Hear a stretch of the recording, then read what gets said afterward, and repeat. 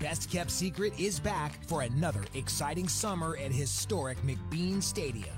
33 action-packed home games loaded with fun for the whole family. Local beer, wine, and eats. Fireworks, giveaways, theme nights, kids zone, and more. Come join in the fun and enjoy small-town baseball with Major League Entertainment. Tickets on sale now at LincolnPotters.com. Lincoln Potters Baseball. Come on out and join in the fun. Welcome to the ARC pregame show, presented by United Rentals.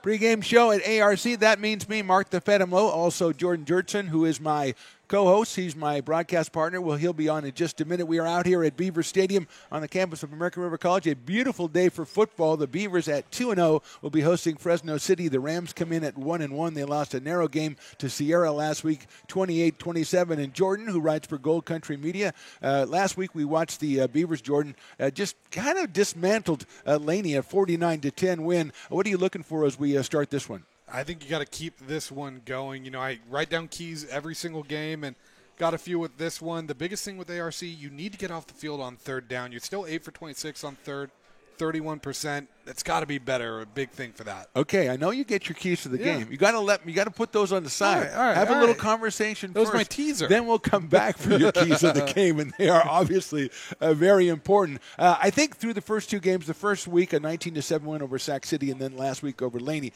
Obviously, 49 points is very impressive, but it's been the defense I think that really has stood out to us. Yeah, definitely. The defense just came in. They really stepped up tall in that second half. There were a lot of times where, you know, Laney's only big plays, they were explosive plays, but ARC's defense dominated that game, set the tone, and they set them up for great field position moving forward in that game. Yeah, and we talk about ARC on offense. Kenny Leith, the first week threw for just 117 yards. It was mostly a defensive win over the Panthers of Sac City, but last week, 233 and 4 touchdowns, and you and I have watched him for 2 seasons. That's the best we've ever seen Kenny Leith. It's by far the best we've seen him, and I think he's just going to keep getting up, keep being better, and sky's the limit for Kenny Leith. He's a player that really came to ARC because of an injury he had in high school. He was getting a lot of interest, and I think he's going to be opening some eyes around community college football. Captain's right at midfield right now. Number one is Damon Rushton, I believe, for the Beavers. That is Desmond Hatfield Rushton, number one. Also, we have Josh Tremaine out there, Ryan Cheeseman, and quarterback Kenny Leith. And that's another thing about the Beavers on offense, Jordan, is they have a lot. We've talked about 4 different running backs, 4 or 5 different wide receivers that really still trying to get Kenny Leith together with his weapons, and he's got a bunch of them. He's got a bunch, and, you know, it's a great problem to have your quarterback because you have too many targets to throw to. And it feels like every time he puts a ball up to one of these targets, you just feel confident that they're going to come down with it. And that's something that I think a lot of quarterbacks can take for granted and something that's really going to make Leith's skills shine a lot more here. Well, Jordan, we're going to get to those much ballyhooed keys to the game that you have. But first, we're going to meet the third member of our broadcast team. He made his debut last week, and I think it was a smashing success. But then I like the guy. It's Kenny Parker down on the sidelines. Kenny, how you doing? I'm doing pretty good down here, Phantom. It's nice, beautiful day, nice slight breeze, about 80 degrees. Perfect day for football. And it is, in fact, a different day. It is a special day for you. Are you actually working on your birthday, Kenny Parker? I got to do what I got to do. Yes, I am. He loves the Beavers. It's Kenny Parker. Kenny, you were down there last week watching the Beavers. As far as the defense, Jordan and I were talking about the defense really standing out. And you were really impressed by the communication they had last week, right? Yeah, they just, you know, when you're watching them on the sidelines, very tight unit, very together, constantly communicating, constantly talking about what they can do to get better, and it sure paid off last week. Kenny will be down there on the sidelines. He'll be first quarter. He'll be hanging out with the Beavers. Then he's going to go over and hang out with the Fresno City College Rams in the second quarter. We'll hear from him later in the game. Kenny, thanks very much. We'll talk to you later. And Jordan, let's get back to those keys of the game you're so excited about. I'm assuming there's 3 of them. Why don't you give them to us? All right. So the first key, like I said, third down. You've got to convert on third down if you're the Beavers. 8 for 26 is not going to cut it. 31%. You need to find ways to keep drives alive. The next thing is you have to limit the penalties. 18 penalties, 189 yards in those through the first 2 games. That's also not going to cut it. You're essentially giving a full, field to the other team Right. through penalties. And then the last one, control the time of possession. They're averaging 34 minutes, 36 seconds time of possession each game. If you can hold on to the ball for more than half the game, you're going to win the game the majority of the time. Well, as you like to tell me very often, you played football at one time, and we always say, don't get as many penalties, cut down on the penalties. How do you actually do that? I think a big thing is don't get overexcited. It's one thing to play aggressive, but still play smart, and just don't over-anticipate and don't overthink things. All right, thank you, Jordan. We will be back. We have the Star Spangled Banner coming up here. We'll be back for the start of this one in just a minute. You're watching ARC Football presented by the Stones Radio Networks. Lincoln Potters Baseball. Placer County's best-kept secret is back for another exciting summer at historic McBean Stadium. 33 action-packed home games loaded with fun for the whole family, local beer, wine, and eats, fireworks, giveaways, theme nights, kids zone, and more. Come join in the fun and enjoy small-town baseball with Major League Entertainment. Tickets on sale now at LincolnPotters.com. Lincoln Potters Baseball. Come on out and join in the fun.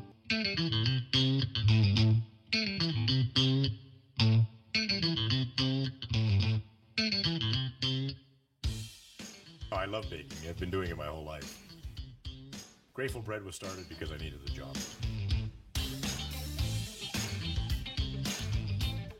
Personally, the most rewarding part is about eating it. It always used to seem like bread was just an afterthought, and which was always kind of disappointing. But now, as not only people, foodies and people eating, they're expecting better quality, and people notice it, they can see it.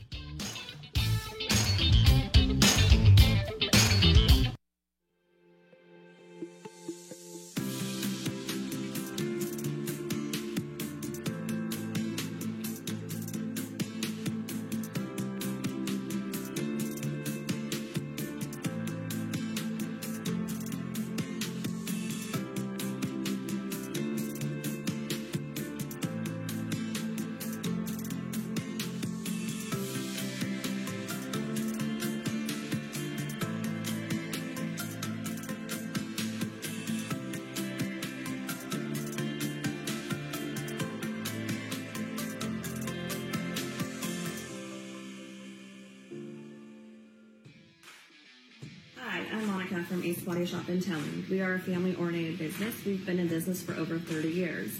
We are located downtown Lincoln at 333 Lincoln Boulevard in Lincoln, California. We do automotive repair and 24-hour towing. Our phone number is 916-645-2859, or you can find us on the web.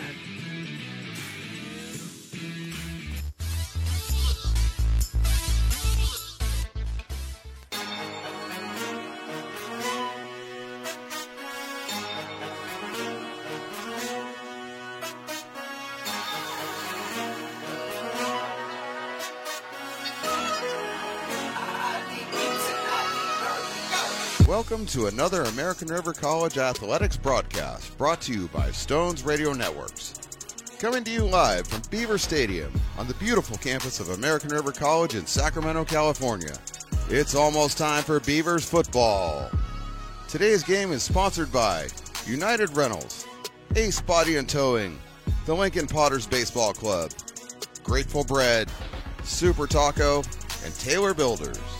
To get you ready for today's matchup, let's send it up to the booth, to the legend, Mark the Phantom Lowe, to bring you all of today's action. It's Beaver football, and it starts now. Well, that's got to get you ready for some football. This is the legend. I guess I am the legend. I don't know, Mark the Phantom Lowe here with Jordan Georgeson, and we are here ready to bring you this one. It looks like American River will kick off to Fresno City. The Rams, who scored 27 in their last game, and they did so largely on the arm of Alec Trujillo, Jordan. And I think that coming out, you throw for 270 as they did in game number 2. Maybe you come out, you look to establish that right away. I think that's safe to say. But, Phantom, what I want to know is, you get the legend. What's my nickname? Former intern? I mean, yeah, I think we're going to work on that. I think, what do they call that? Peasant, maybe? Something That's like fair. that. I think the peasant, Jordan Georgeson. That seems accurate. I think we go with that now, and here we go. So kicking off, Andres Prieto, number 41 out of Placer High School, the kickoff specialist for the Beavers. He sends it deep down there. It's going to get into the end zone, and it'll be a touchback. So Talking to Coach O during the week, he said that is a huge weapon he has with the Prieto putting the ball in the end zone. Jordan, he also said with Logan McCreary, they kind of have a two-man kicking staff, and he also said he has a gray shirt that's going to come out and take over for both of them. So he's got a really good kicking situation.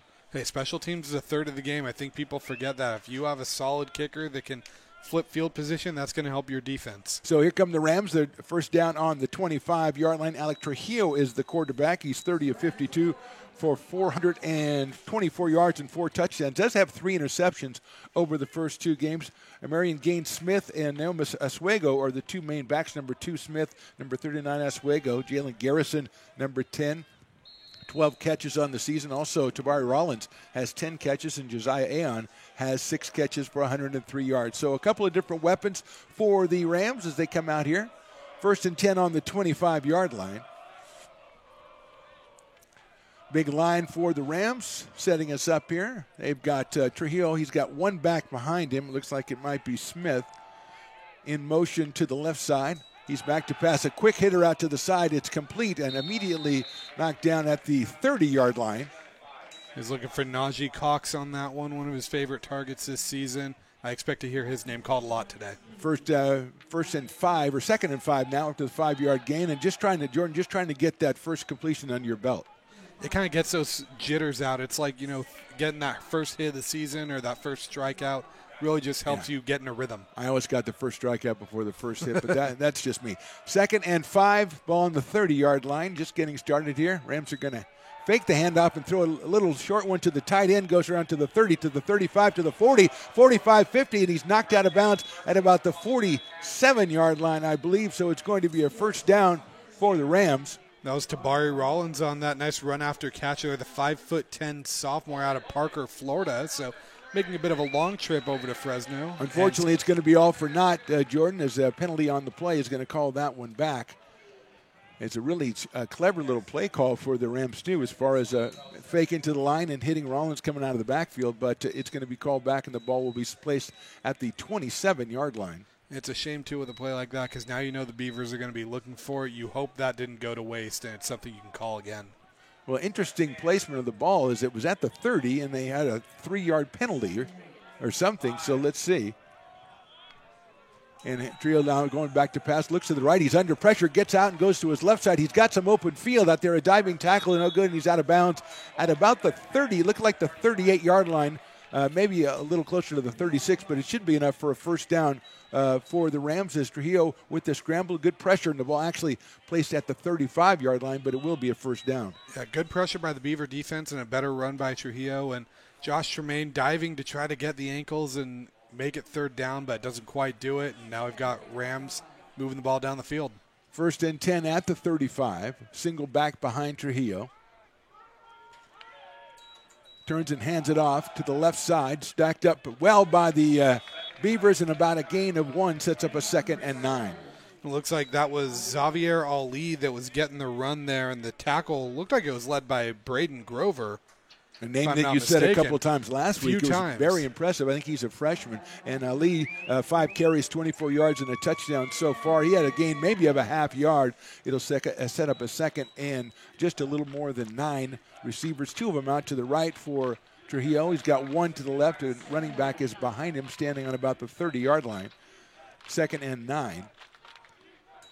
He's going to turn. He's going to fake the handoff. He's going to hit a slant pass, but defended right away by the Beavers. And down at the 39-yard line, they're going to give him up to the 40. He'll set up a 3rd and 5. Another completion for Trujillo. That was Brevin Amiga that was in the coverage there for the Beavers. Really read that one well. And Phantom, I don't know if these are necessarily play-action plays or RPOs, but they're trying to keep the American River defense guessing a little bit here on this first drive. Right, as we've seen the defensive line last week, you want to keep them guessing because when they put that rush on, which they did a couple of plays ago, they can be dangerous. But it's third down, just over 4 yards to go. Ball sitting inside the 41-yard line of the Rams. 12:10 to go here in the first quarter, just getting started from Beaver Stadium.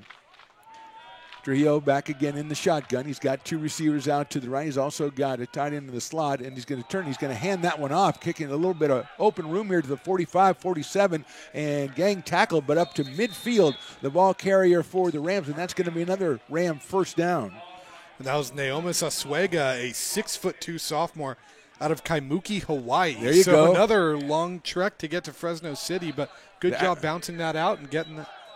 And it's going to be okay. The penalty was for offsides against the Beavers. So Oswego, who was 14 carries for 94 yards coming in, had a big week in week 1, but he had a very impressive run there. And so far, Jordan, the Rams looking pretty impressive on offense as we start off from midfield. 1st and 10. Trujillo with the running back, one back to his right. He's got wide receiver split out left, 2 to the short side. He's going to show it quickly, and it's caught. A nice move, but about a 4-yard gain there as it was behind the run. The receiver made the catch and was down at the 46. A little sidearm action there from Trujillo as he finds Jalen Garrison on that one. And Phantom, like you said, they're moving the ball down the field. It'll be interesting to see how the Beavers respond to this. They did well against Laney after that first drive. Right. So now it's 2 games in a row. How are you going to respond to that? Yeah, they're doing it the death by 1,000 cuts kind of way. Every pass is going short. They got a couple of nice runs. Garrison leading the team with 12 receptions coming into the game. 2nd down, 6 to go. Turn around, the handoff is made and right up to the 45 and stopped just about the 44-yard line. Let's see if they kick forward a little bit. But the run is going to get down to the 43. It's going to set up a 3rd and 3. That was a Marion Gaines Smith on that, and I believe that was his first official carry of this game. He's been the main back in that backfield for the Rams this Yes, season. Gaines Smith with 29 carries, 115 yards. Oswego had the big running game in game 1, and Smith had the big game in game 2. So that'll set up a 3rd down. It's going to be closer to 4, actually, with 10:20 to go in the first quarter. Trujillo, now they're going to get I think the Beavers jump, but then somebody on the Rams jump. So let's see what the call is.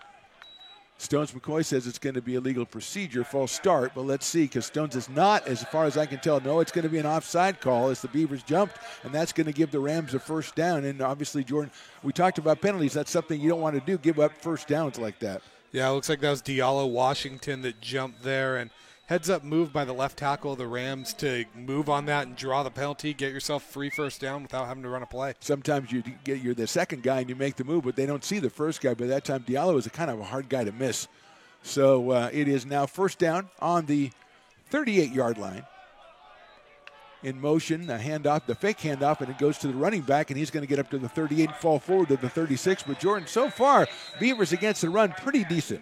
Pretty decent, and Fresno State's doing a good job trying to keep them guessing, and I think that's where, they might be baiting them for a big play here. A lot of movement, a lot of play action and moving parts. It feels like you're going to take a stab down the field soon. Right, they put a guy in motion there and faked it to him, so trying to get the misdirection there and hand it off to the running back, which they haven't done that many times, a straight handoff.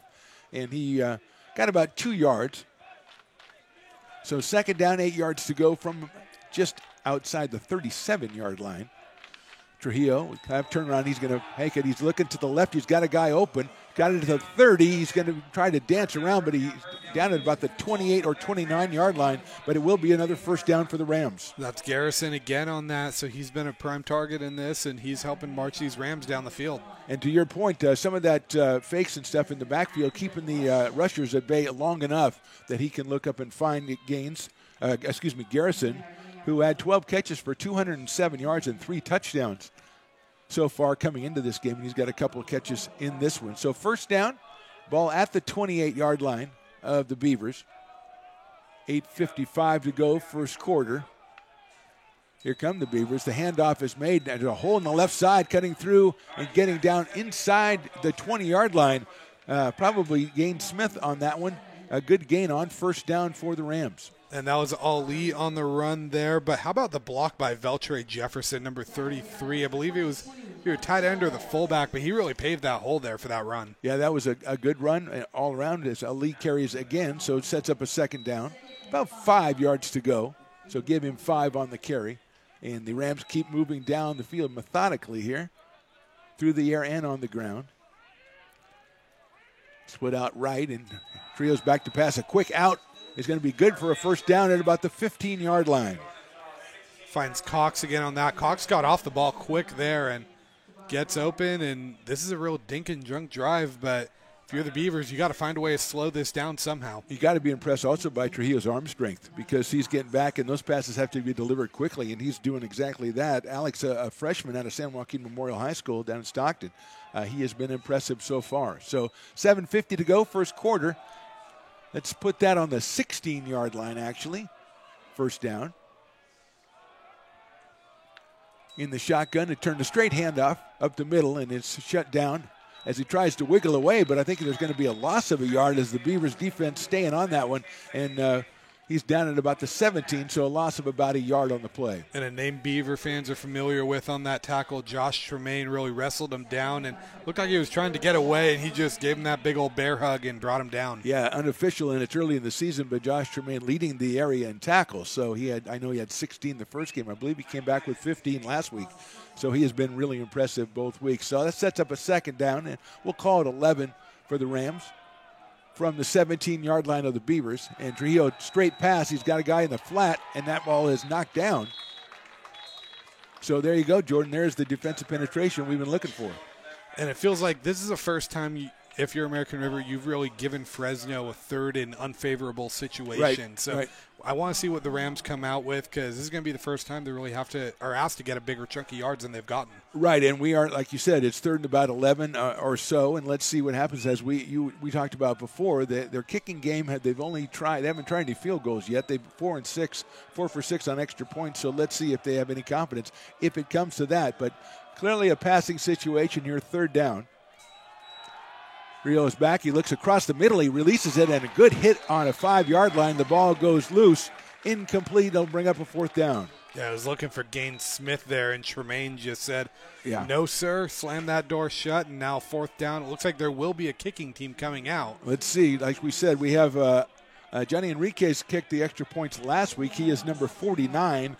Julio Ayala, number 48 also, but it's going to be Enriquez coming out here, and he will be doing the kicking. Out of Clovis West High School, just a freshman. This will be about a 34-yarder. He's up, and it's going to be no good, off to the left. So great job by the Beavers, Jordan. They basically got the short end of the stick on the whole drive and really came up and made a couple of nice plays. Yeah, Beavers, that's huge right there. You bent, but you didn't break, and you're coming away with a 0-0 game. That's going to be a drive that you go back on and film and say, depending how this one turns out, that was a difference maker in this game. Talked about the fact that on their passing plays, when they had a little misdirection, it was better in the quick hitters. A couple of those last two were clearly passing situations. The Beavers much better in defense. Yeah, and I think this is an American River team that we saw get better and make adjustments as they saw more from the Laney offense. I expect to see the same from the Fresno City offense. Kenny Leith behind center, and the ball at the 20-yard line. And Avante Jacobs behind him in motion to the left side. I think that's Freeman, and they're going to get it right out to Robert, complete at the 20, to the 25, to the 27. And he's hit by the Rams defensive back, but a good gain on first down for the Beavers. They'll have second and about 2. That was Noah Noyola on the tackle, but Freeman, a name that I felt like we didn't really call a ton in that first half against Laney, a little more in the second half, and you can see the Beavers want to get him to be a part of this game plan early. And it was a name that we called a lot last year, punt returns and receiving. So second down, let's call it 3. Leith from Rockland High School in the shotgun. He's got Jacobs to his right. Straight back to pass, quickly gets it to Jacobs at about the 25, uses his speed, gets out to the 30, and he's knocked out of bounds about the 32-yard line. That'll be the first down for the Beavers. And a good job by Avante Jacobs on that one to bring that out of the backfield and just get enough for that first down. Now American River is dink and dunking their way down the field. You're right, a couple of quick completions by Leith, the same way that Trujillo did that early in that first drive, getting a couple right to his playmakers. You get the ball to Freeman, you get the ball to Jacobs, give him a little space, and Jacobs using his speed on that one. So first down, call it the 31-yard line for the Beavers. 2-0 on the season. Freeman in motion now, going over to the right side of the formation as Leith in the shotgun. Here comes Fresno. They're going to come up, and a quick out right there, and it's a little too far out for the receiver, and it'll be incomplete for the Beavers, bringing up second down. Yeah, I was looking for Thoyne Charles on that one, just a little bit outside in our best baseball announcer voice. And exactly. First blemish on Leith's afternoon. And Charles was open on that one, just a quick out. Just sailed it a little bit too far. Second down. Ball at the 31. 5:36 to go first quarter. No score so far in this one. The Rams with the long drive, trying the field goal from 34. It was no good. In motion now, resetting for the Beavers. They've got a turnaround. It's going to be a straight handoff to Jacobs. He goes around the right side, uses speed of 35. He gets to the 40, and he's knocked out right around the 40-yard line. Jordan, I think it'll be a little bit short of a first down, but a nice run by Yvonne Jacobs. And good job by Jacobs there. It felt like that wasn't the original hole that he was supposed to go to, but good heads-up running to bounce it outside and turn something into a positive play. Yeah, we've talked about it. There's a quartet. I call them the Fab Four of backs for the Beavers, and Jacobs definitely the speed merchant. You know, I don't know if that's Ringo or who that is, but he's definitely the speed merchant. Joshua Moore, Torrey Hendrick, and Casey Riley, the other three. So third down. Let's call it more like 2 yards to go. 3 yards to go, according to Stones McCoy, who just likes to correct me. Tight formation, trying to hand off to the fullback. He's going to be knocked down to the 40, and I don't think he got the first down. It will be fourth down at the 40-yard line. Yeah, I think Casey Riley's just going to be a little bit short there. If you're the Beavers, I almost consider going for this. Yeah, I think they are. I don't think there's any almost considering. I think that's exactly what they're going to do. As Kenny Leith came over to the sidelines, he got a little word from one of the coaches down there, and he's going back into the huddle. So a big play, Jordan, early in this one here, 4:30 to go in the first quarter, and the Beavers going for it on fourth and what looks to be an honest yard to go. So they're going to line up in that same formation they were just in. And it's going to be Leith going through. They're doing the push-me-pull-you play, and I think he probably made it up to about the 42-yard line. So yeah. You got a 6'3" quarterback. You figure he needs to get a yard, just go. Yeah, Leith just jumped over the top of that pile, needed a yard, got about 1.5 yards, and it's enough to keep the chains moving in a big fourth down conversion. Kind of a different look we saw offensively right there, Jordan. That little tight formation, we didn't really see that much last week, and they came out with it 2 plays in a row. The first play, Riley got cut down, and then Leith with the first down run. First down on the 42-yard line. We've got wide receivers spread out left and right for the Beavers. Leith in the shotgun with Jacobs to his right. Now we've got motion from the right to the left side of the field as they're going right to left on your dial. There's a lot of pressure. A handoff going up to 45 and almost maybe to the 46. No, down to the 45-yard line as Jacobs pressured, or coming from the Rams linebackers on that one and trying to get Jacobs right back up the middle. Yeah, it felt like they're trying to take away that outside run, maybe take his speed out of it a little bit and force Jacobs to run his way over. But the thing is, Beavers have an answer to that with their backfield. Yeah, that's the thing I was just going to say. You get used to Jacobs and the speed in the first quarter, and here comes Joshua Moore in the second quarter, and here comes Torrey Hendrick, and out of the backfield and Casey Riley, and there's a lot going on. So here we go, 2nd and 7. Ball at the 45. Leith is in the shotgun again. He's got 2 receivers out to the left. And back right next to him, he hands it off to Jacobs again. Jacobs trying to go around the right side on a sweep. He'll get up maybe to about the 48-yard line and will still leave about 4 or 5 yards to go for a Beaver first down. And that one looked like just a read option play. Jacobs gets it outside a little bit. Rams were a little wise. They took it away. He still gets positive gain, but now you're still sitting with a 3rd and manageable if you're the Beavers. Yeah, 3rd down. It looks like about, let's call it 4. Like Micaiah Stevenson coming in the game maybe here on the left side. The Beavers, with, as we talked about before the game, doing a lot of weapons, wide receivers and running backs. Jacobs still in the game as the running back to the right. They're a tight formation to the left with 2 split that way. Leith in the shotgun. Kenny takes the snap, goes back. He's looking for Jacobs. Now he's looking in the seam. He's got a guy open, throws it behind him and through the hands of the intended receiver. That'll bring up 4th down. He was looking for Seth Bozzi on that one and just a little bit of a miscommunication. This is where that 3rd down matters now. I mean, you're 0 for 2 on 3rd down already in this game. Right. You're dropping below 30% on the season now. You've got to find a way to stay on the field on these long drives. And especially it's kind of galling when you have the fact that the play was there. Bozzi, as you said, was open on the right side, and the ball was just behind him. Andres Prieto on to punt for the Beavers. Looks like that's Josiah A. on deep to receive. And that one is a little low kick, and it's caught by the Rams at the 45. They're going up the left side to the 35-yard line. So kind of a shank by Prieto right to one of the up men at the 45-yard line, who returned it all the way back into Beaver territory. So a big turnaround right there for the Rams. That was Keanu Kuma that ended up receiving that punt, and I don't think he thought he was going to be returning a punt today. No, but give him credit because that ball came at him, and he didn't have a lot of time to think, and he made the catch. Would have been easy to bounce off him, and then that's a live ball, and he returns it. Not only does he catch it, he returns it all the way down to the Beaver 36. So the field position battle going right now to the Fresno City as we got 2:14 to go here in the first quarter from Beaver Stadium. No score as both teams have had the ball once, and Alec Trujillo has been largely successful throwing the ball. He is in the shotgun. He's got running back behind him. He turns around, he hands it off, and that's a little bit of room there. The pile's going to go all the way down inside the 30 and down about the 28-yard line. So a good gain on first down for the Rams. That was Ali who kept those legs churning, moved that pile, and if you're the Rams now, you've got the momentum in your favor. Absolutely. Lining up for the next play. After this play, we'll go down and talk to Kenny Parker on the sidelines to get the scoop. Second down.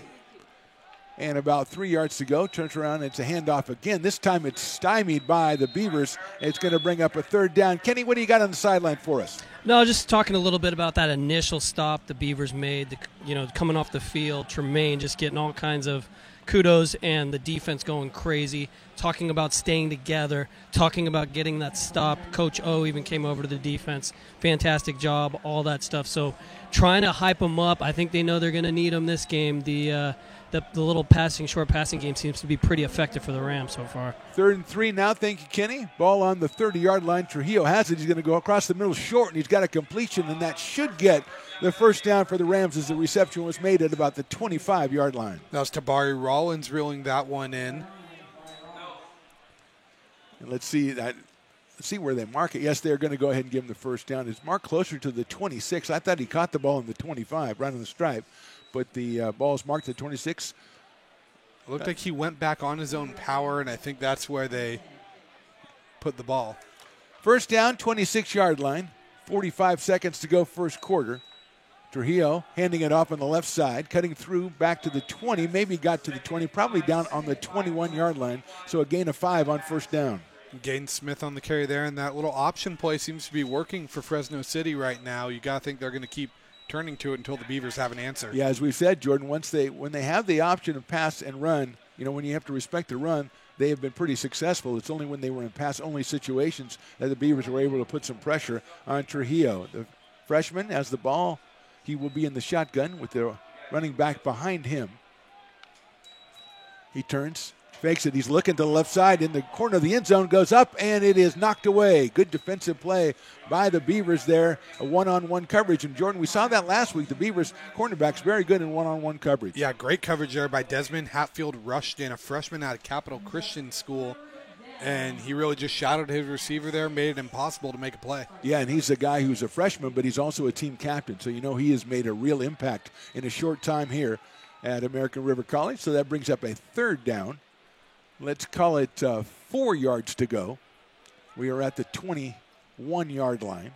Single running back behind Trujillo. Now he is under pressure. He's going to try to get away. Completed, but closed down right away. That's excellent defense on two parts by the Beavers right there. Jordan, no gain on the play. And that was Tremaine on the pressure there.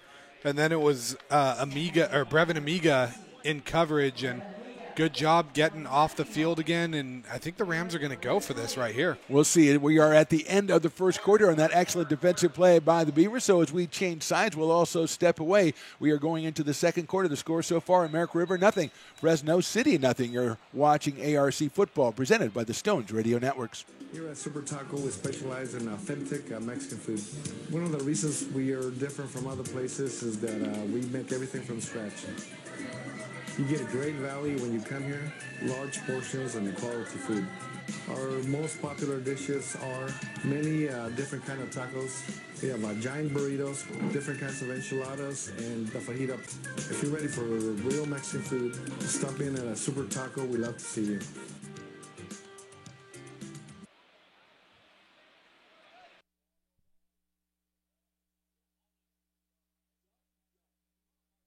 Lincoln Potters Baseball. Placer County's best-kept secret is back for another exciting summer at historic McBean Stadium. 33 action-packed home games loaded with fun for the whole family. Local beer, wine, and eats. Fireworks, giveaways, theme nights, kids zone, and more. Come join in the fun and enjoy small-town baseball with Major League Entertainment. Tickets on sale now at LincolnPotters.com. Lincoln Potters Baseball. Come on out and join in the fun. Back out to Beaver Stadium for the beginning of the second quarter. No score so far, but the Rams are threatening on the 21-yard line. Trujillo is in the shotgun, and now we're going to have a whistle. It's going to be a false start on the Rams, and that'll set up about a 4th and 9. As the ball's going to come back, let's see where it's placed at about the 26-yard line. Right, so it is a 4th down and 10 yards to go. And let's see, they're going to go ahead and looks like they're going to go for it again. I think they tried the field goal, Jordan, and the first time, but it didn't work out for them, so they're just going to go for it here at the 26. Trujillo's got it. He's got a little bit of time. He's looking down the middle. Now he's closed down. The ball's knocked away by the Beavers, and they're going to come up with possession. Doesn't matter. It's over on downs. Another excellent play. And Jordan again, when they have to go into passing formation, the Beavers bring in the heat. And that was Antonio Williams coming up from his DB spot to make that play. Huge play there by the Beavers. And like you said, Phantom, to their credit, they're able to stop the pass when they know the pass is coming. So they've got to stay in these positions where they keep Fresno City behind the sticks. Right, so it's that 1st and 2nd down, trying to make sure you keep them under 5 yards combined in the 1st and 2nd down. Well, we figured that out, so we'll let Coach know how to figure that out. You know, we've taken care of it. We'll send him the info. But 1st down for the Beavers now. Their second possession just started this second quarter. It's at the 35-yard line of the Beavers. Leith now empty backfield, back to pass. He's got time. He's got a guy coming out of the backfield. That's Joshua Moore. He's at 45. He's at the 50. He's going to be hit by a couple of guys, but he gets inside Fresno City territory at about the 48-yard line, and that's the first we've seen Joshua Moore, Jordan, but he does what he does. He does what he does, and there was a good little screen pass there set up, gave Moore some room to run. That's where he's the most effective, and the more room you can give Moore in the open field, the better he's going to be for you. Yeah, it looked like it was designed for a wide receiver, the empty backfield, but I think it was always designed for Moore to slip out of the backfield and get the reception. Marked at the 49-yard line, 1st and 10. Leith with his single running back. That is Joshua Moore, number 24 out of Del Oro. He's going to turn. He's going to hand it to him. He's at the 50. He's going to try to get yardage at the 46-yard line and brought down right about that 46-yard line. So a couple yards on 1st down, set up a 2nd down and 7. Yeah, and a big one by Moore, too, is that I've noticed with him, he falls forward. And that always accounts for some extra yards, something you like to see if you're a coach. And I'll ascribe that to good coaching somewhere along the way. Because somebody told me, dude, Joshua, you're a very strong runner. When you get hit, you got to keep that momentum going forward, and he's, to his credit, remembered that and made an impression on my guy, Jordan Georgeson, up here, who was also from Del Oro, so maybe that has something to do with it. AC Riley is in motion now. He'll set it to the left to Kenny Leith. Kenny's going to turn around. He's going to hand the ball right up the middle to Moore again. He cuts back at the 40, and he's knocked down right inside the 40. I thought he was on the way to get the 1st down. Let's see where they mark it, Jordan, but another straight-ahead run by the Beavers. It was actually Torrey Hendrick that got that one. He met Kevin Washington from Miami Central High School out in Florida. Well, he met him, but fortunately for the Beavers, it's going to be a 1st down. So Hendrick, we've seen all 4 of the Fab 4 have already been on so far in the first 17 minutes of this one, and another 1st down at the 40-yard line, call it the 39-yard line, as Leith looks over to the sideline to get the play from the coaching staff over there.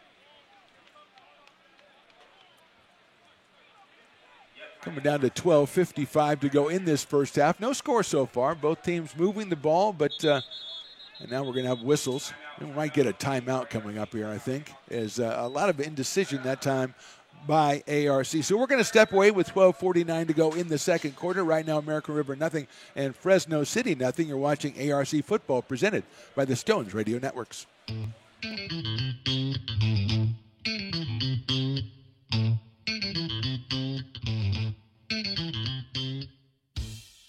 I love baking. I've been doing it my whole life. Grateful Bread was started because I needed a job.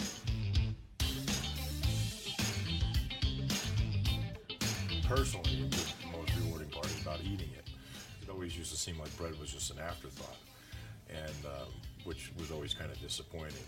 But now, as not only people, foodies and people eating, they're expecting better quality, and people notice it, they can see it.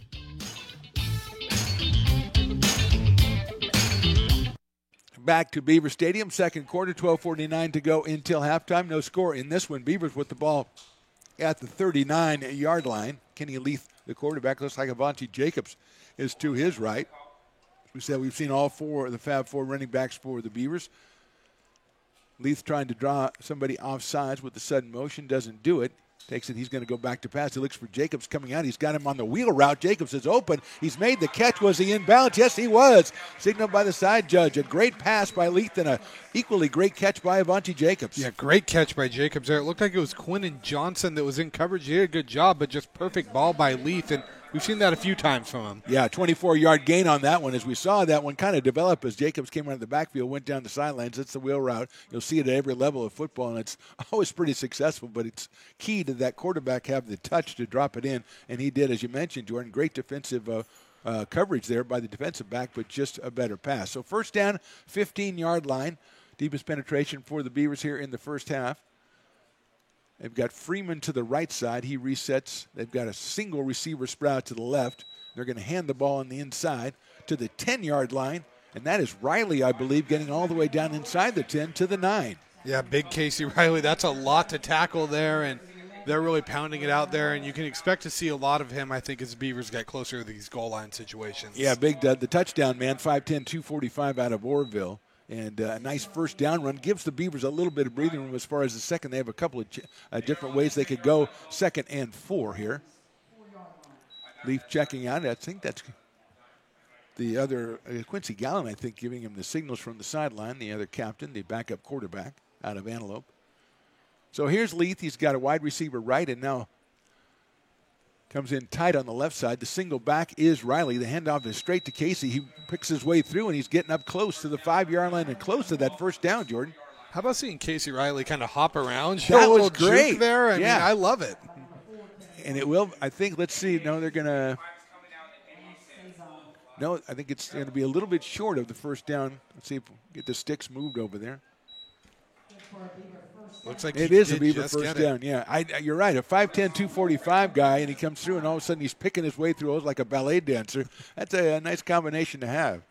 I like to think I have moves like that. I don't think we'll call him the ballerina. Well, you do. Well, you do when there's, the last hot dog at the concession stand, and you make some great moves. Turn around, hand the ball straight off. That's Jacobs. He comes through, almost not touched. And that's actually Joshua Moore, I think, on that one, Jordan. And Joshua Moore gets it in, gets the Beavers on the board, and I think that's a huge drive if you're the Beavers because Fresno City's moved the ball on you, but to be the one to punch that one in first, that's huge because you're not playing catch-up at any point. And how great is it that Jacobs caught the wheel route, Riley ran him down to the 5, and then Moore's the one who takes it in. You love to see it, and like we always talk about this running back committee here, and I love it because they make us look like we know what we're talking about. Not often. Logan McCreary going to do the extra point duties for the Beavers. He was 7 for 7 last week against Laney. I think we have some movement in there as he sends it through, and it is good. Let's see if we're going to get a penalty on Fresno City. It will be declined, and the Beavers are on the board with 7. 10:36 to go, second quarter. American River College 7, Fresno City College nothing. You're watching ARC Football, presented by the Stones Radio Networks. Hi, I'm Monica from Ace Body Shop in Towing. We are a family-oriented business. We've been in business for over 30 years. We are located downtown Lincoln at 333 Lincoln Boulevard in Lincoln, California. We do automotive repair and 24-hour towing. Our phone number is 916-645-2859, or you can find us on the web.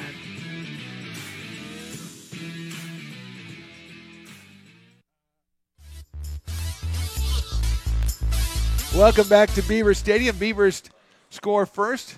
10:36 to go till halftime. Both teams kind of like had drives going on and then kind of petered out. And this time the Beavers kept it going. Key play, I think, would be that pass to Avante Jacobs, a 24-yard gain there to set him up at the 15. Yeah, I felt like they needed that big chunk play, and they got it. And we'll see what that opens up now for them moving forward because, as we saw last time, they got one big chunk play and the floodgates opened. Yeah, third touchdown of the year for Joshua Moore out of Del Oro. And here's Andres Prieto, who was a good kickoff and not such a great punt so far in this game for the Placer Grad. He sends that one down there. That's going to be a little bit shorter, but good directional. Is it going to stay on the field? I think it's going to be out of play, and that will be a penalty, I think, against ARC, as that went out of bounds before it got to the end zone. Yeah, it just bounced out of bounds, and that's one of those, again, just a meaningless penalty. If you're the Beavers, you don't need to be giving them 3 yards like that. Right, let's see. I think that makes it to the, would put them at the 30-yard line.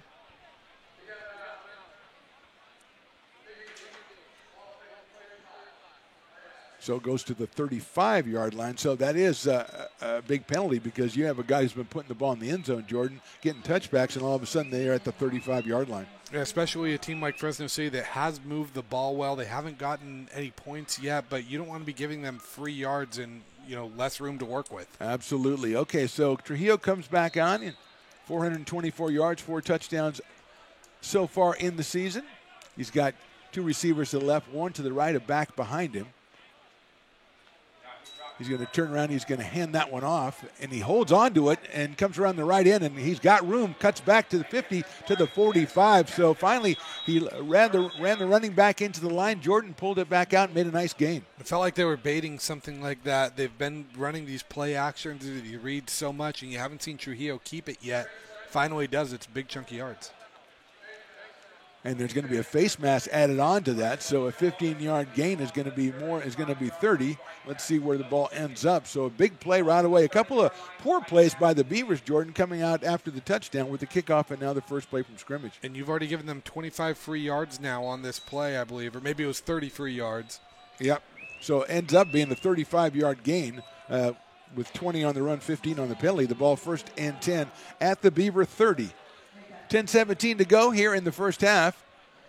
The Rams in possession and driving after the single play and the penalty, and they're going to go ahead and hand that one off around the left side. Good pursuit by the Beavers. Cut back at the 30 to the 26, maybe got inside the 25. Let's see where they mark it as they tried to take the ball. Been going up the middle, Jordan, that one around the end. A good job by Jalen Garrison there to break a few tackles and just outrun some of those Beaver defensive linemen that showed off some wheels there, Phantom, in that backfield as they were chasing them. Yeah, you're chasing a wide receiver there. Yeah, you're chasing a wide receiver, and you got to him, and he did get a gain of 5, though, to set up a 2nd and 5 on the 25-yard line.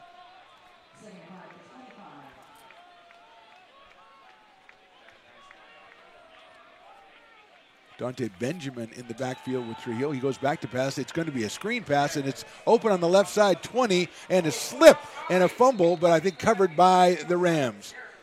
So a big Benjamin play on down. the way. Benjamin was the receiver. He had room, fumbled, picked it up at the 16. It will be good enough for a first down. And I think he was down when he dropped that football, but still, crisis averted if you're the Rams, and decent play. Unfortunately, though, you lose the footing there, but still something to work with in a first down. Yeah, and a good play call, too, by the Rams as they had an open field for Benjamin if he could keep his footing. The freshman out of Clovis West in there behind Trujillo. Now it's first down at the 16-yard line. He turns and hands it straight away, trying to go sideways, and good pursuit by the Beavers. They do it again, Jordan, for no gain or maybe a loss of 1. And that was Cole Gustafson, number 93, another name we called a lot there. He's the one that swallowed him up first in the backfield. Big play for the Beavers, setting up a 2nd and 11. Looks like there is a Ram down on the field. And so we're sitting here at the 17-yard line, 2nd and 11, Jordan. We've seen Fresno move the ball up the field, just stymied at the end a couple of times with the missed field goal and then the 4th down. And this time they get a couple of breaks and they've set up shop. And they look like, again, there's a lot of stuff in their arsenal. They have a lot of weapons, and they're using them right now. And it feels like this is the best that Fresno's offense has looked in the afternoon. They've moved the ball well, but this is the most sustained that they've done it. And this is a drive that, especially after you just allowed points, feels like you can't come up empty-handed here if you're the Rams. You need at least 3 on this drive. Yeah, they scored 19 in their first week against Diablo Valley, won that one 19-13, and scored 27 last week against the good Sierra team, and Wolverines came out on top 28-27. So it doesn't seem like scoring is going to be the problem. So it was Dante Benjamin who was the injured player, and he is getting up and moving off slowly, but he's moving off on his own accord, so that is really good to see. So obviously we know they can put the ball in the end zone, Jordan, and, the Beavers' defense has been their forte through the first 2 weeks, and so far they've been able to hold them off. If you're the Beavers, I really do think with these first couple drives, with how Fresno State's moved the ball, even if they get a touchdown on this drive, if you can hold them to 7 points the way they move the ball these first couple drives, you've got to be able to hang your hat on that. And the good thing for the Beavers is they have a lot of big play guys, and they can come up with a big play at any time. So here we go. Let's put it back at the 16, so we'll call it a 2nd and 10. Trujillo has a running back behind him. That is Gain Smith, I believe. He's going to turn around. He's going to look to the right. Nobody open. He rolls to the right, looks to the end zone, throws it to the corner of the end zone. He's got a guy open, but it's too far. And a diving try, no good.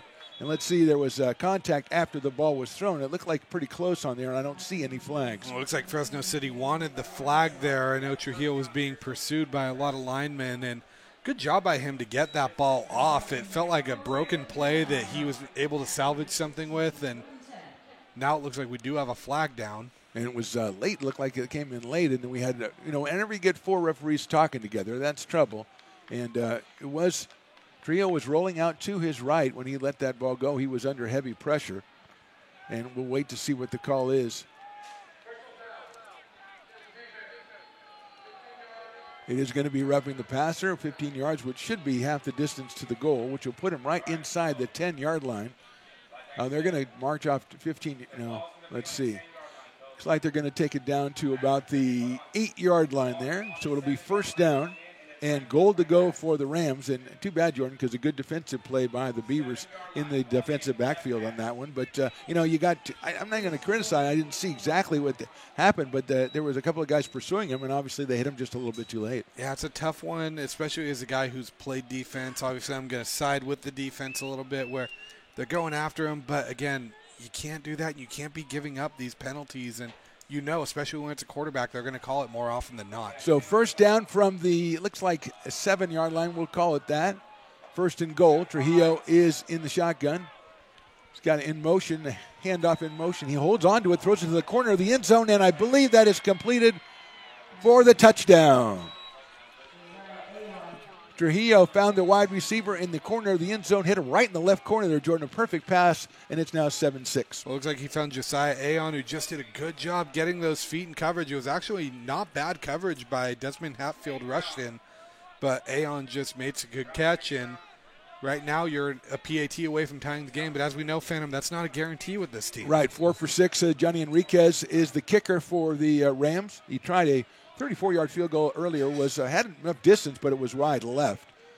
So here's the one to try to tie the game. Looked pretty good going through, and it is up, and it is good. So with 8:15 to go until halftime, it is American River College 7 and Fresno City College 7. You're watching ARC football presented by Stones Radio Networks. Here at Super Taco, we specialize in authentic Mexican food. One of the reasons we are different from other places is that we make everything from scratch. You get a great value when you come here, large portions and quality food. Our most popular dishes are many different kind of tacos. We have giant burritos, different kinds of enchiladas, and the fajita. If you're ready for real Mexican food, stop in at a Super Taco. We'd love to see you. Lincoln Potters Baseball. Placer County's best-kept secret is back for another exciting summer at historic McBean Stadium. 33 action-packed home games loaded with fun for the whole family. Local beer, wine, and eats. Fireworks, giveaways, theme nights, kids zone, and more.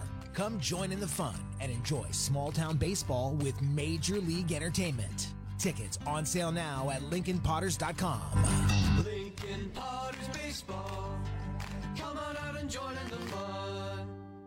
Welcome back to Beaver Stadium. We are tied at 7 with 8:15 to go. Robert Freeman back to receive the kick. Johnny Enriquez, who just put through the extra point, he will kick it off for Fresno. They score on the pass from Trujillo to Aon, and his kickoff is going to take Freeman about 3 yards deep, and Robert's going to bring it out to the 5, to the 10. He is double-teamed, spins around, gets through the middle to the 15. He'll be out until the 17-yard line, and that was where the Beavers will start 1st and 10 here with 8:08 to go till half.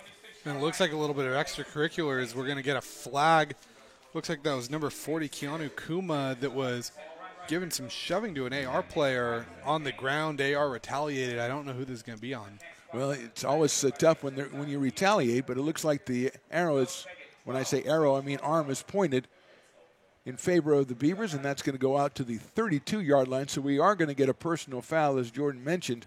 And again, Jordan, we talk about it with both teams. You get silly fouls, you give up 15 yards here, 15 yards there. That makes a lot of difference over the course of a game. And that's a killer if you're the Rams, because you just pinned them back well after Freeman took that one out from deep in the end zone, and now you just gave it back and left it what looks like a pretty good return now. Yeah, and Freeman, you think, well, why is he taking it out from, 4 or 5 yards deep? But that's what he does. He's a return man, and he is electrifying. and he's given the Beavers a chance. And so it's first down. Leith is going to make the handoff. He still has the ball looking to the left. Now he's got to get out of the pocket. He's going to be dragged down at about the 28-yard line, and give credit to the Rams defensive backs. That's kind of a coverage sack right there. And you'll like this name. Giovanni Pefferini is the one who makes the tackle on that one. So I think we can appropriately give him the nickname the Italian Stallion as he gets off that block, makes a big play for the Rams. That's your call. If you want to go with that, you go with that. 2nd and 14 now is a loss of 4 yards for the Beavers. As Leith had a lot of time initially to pass, but you got to give credit to the Rams as they covered all of his receivers. So we are coming to 2nd down, 7.5 minutes to go in this second quarter. We are tied at 7 from Beaver Stadium. Mark the Phantom Low with Jordan Georgeson here. Stones McCoy doing the engineering, and Kenny Parker on the sidelines. Quick pass through the hands of Stevenson on the left side. That's going to set up a 3rd down. Yeah, and that's the 3rd or 4th pass Leith has thrown that's been through the hands, and they haven't all really been, the most perfect passes in the world, but they've definitely been catchable, and these are some mistakes that, for the Beavers, you got to wonder what's going on and why they're not quite in sync today. Well, I think it's like 50-50 kind of situation because he's thrown a couple, one behind him and one to the outside, and that one went through the hands. 3rd down, 14. 3 receivers out to the right, 1 to the left for the Beavers. Leith is looking over to the sidelines.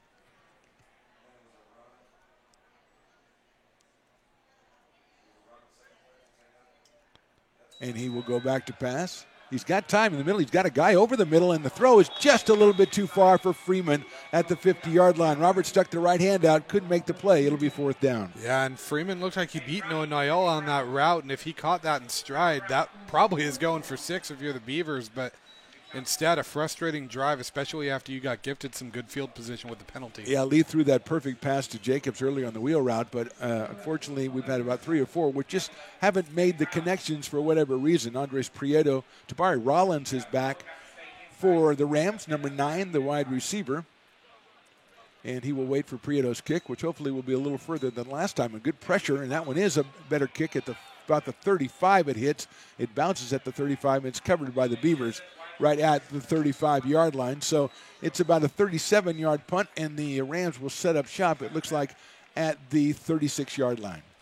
Now ARC's defense really going to be asked to make a big stand here because you don't want to be letting Fresno City dink and dunk their way down the field and potentially be going into a situation where you're trailing going into the half. Right, when you're up 7-0, all of a sudden you find yourself on the short end of the stick. And again, Trujillo with the beautiful pass to Aon for the touchdown, but they were aided immeasurably by a face mask penalty on the Beavers in that drive. So here we go, first down at the 36, a wide receiver out left for Trujillo. He's got one back to his right. 7:03 to go here, second quarter. We are tied at 7. Trujillo turns. He's going to hand that one off up the middle, but tackled almost immediately, the Rams, and it'll be a gain of 1 if it's a gain of any, set up a second down. And that was Tremaine leading the charge for the Beavers, kind of holding them up long enough to get the rest of the defensive line in there to help. So a good first down stop by the Beavers. Remember, Trujillo did that, rode it into the belly of the running back earlier and kept it and had a big play. That was on the last drive. That time he handed it off, and the Beavers stopped him after a gain of, we'll call it a gain of nothing. So it's 2nd and 10. Receivers 2 to the right, 1 to the left for Fresno City. Turned around and hand off again up the middle, and that is a little bit further for the Rams. They got 2 or 3 as they fight out to about the 39-yard line. But Jordan, that sets up a 3rd down at about 7. That's Asuega on the run. It looks like he just got away from Malachi Red, who had him wrapped up by the ankles a little bit, but somehow Asuega gets out, and now it gives you a 3rd and I don't necessarily want to say manageable, but 3rd and better than what you were looking at. Right, 3rd and 7 is better than 3rd and 9, and especially when you're in your own side of the field here. As Trujillo has 2 to the right, 1 to the left, 1 behind him, 1 in the slot. 5:45 to go, first half. Freshman out of San Joaquin Memorial turns, and he's still got it. He's still looking down the middle. He throws it, but it's well behind the receiver who was sitting inside. Looked like he sat at about the 50, Jordan, and the ball was nowhere near him. And again, another situation where the Beavers force Fresno City to be in a situation where they have to put the ball in the air, and again, the Beavers find a way to get off the field. It's a great point, and also I think it's a situation where even if the Rams don't have a lot of confidence in their punting game, you've got to go ahead and kick it away because you don't want to give this kind of field position away as we wind down toward halftime. So it looks like Richard Lozano is the kicker, number 43. And Amonte Jacobs ready to receive it. He stands at about the 15. The punt is going to come from the 36 and almost blocked. It's a nice punt. Caught at the 21, a fair catch by Jacobs. So Lozano, a nice punt, getting it down to the 21-yard line. So that is a 40-yard punt for Richard Lozano. He averages about 38. It'll be first down for the Beavers. And that was inches away from being blocked by Jordan Wagner, the freshman linebacker out of Lincoln. And, Fan, if I remember correctly, we called Wagner's name a little bit towards the end of the game last week. I think he made a couple of big plays in the end of that. Yes, he did. And we have, I'm being notified that after this play, we will go down to the estimable Kenny Parker for his input. But right now, it is first down for the Beavers. 5:30 to go in this first half. First and 10 on the 21-yard line. Single back behind Leith. He turns, he hands it to him. Going up the middle, he's got some room. He's going to get up to the 30-yard line and set up a 2nd and 2. And, Kenny, what do you got for us on the sidelines? I was able to head over to the Rams side of the field this week, the opposition side, and a lot more subdued over there, I would say. Coaches pretty upset with their team on that last drive when ARC scored. The defensive coordinator really bringing them together, talking about lack of communication, missed assignments. They seem to play a bit better after that and really lock down the next drive. Seems to be a recurring theme we get, Kenny, when defenses don't play well. They always have miscommunications. They always get yelled at by the coach. This is true. They seem like they're doing okay over there. It's just kind of a quiet, subdued, a lot of different mood than over on the Beaver sideline. I'll say that. All right, Kenny, thank you very much. Penalty on the Beavers, as that's going to bring up a 2nd and 8 for AR. They are now at the 24-yard line. One wide receiver out to the right, a back behind Kenny Leith. Turns around, he's going to hand it off, trying to find a hole on the right side. Good blocking by the wide receiver. He's up to the 30 and the 32-yard line. That was a good job out here by the wide receiver, Jordan, to kind of free him up to get a couple more yards. Yeah, and a good job by Jacobs, too, reading those blocks and getting outside, getting just enough and kind of making up for that penalty that hurt the Beavers.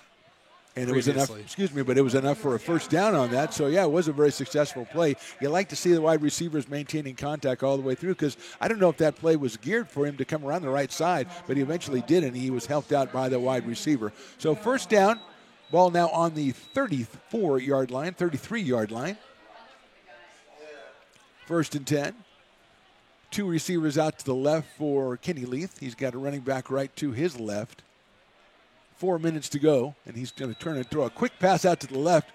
Blocking again is excellent. He gets to the 40, the 45, moves it through the 50, and travels down at the 40-yard line inside the 40. A big gain for the Beavers. And that was Cameron Sampson on the big gain, but I think the star of that play, like you said, blocking wide receivers, Thoyne Charles with a huge block there.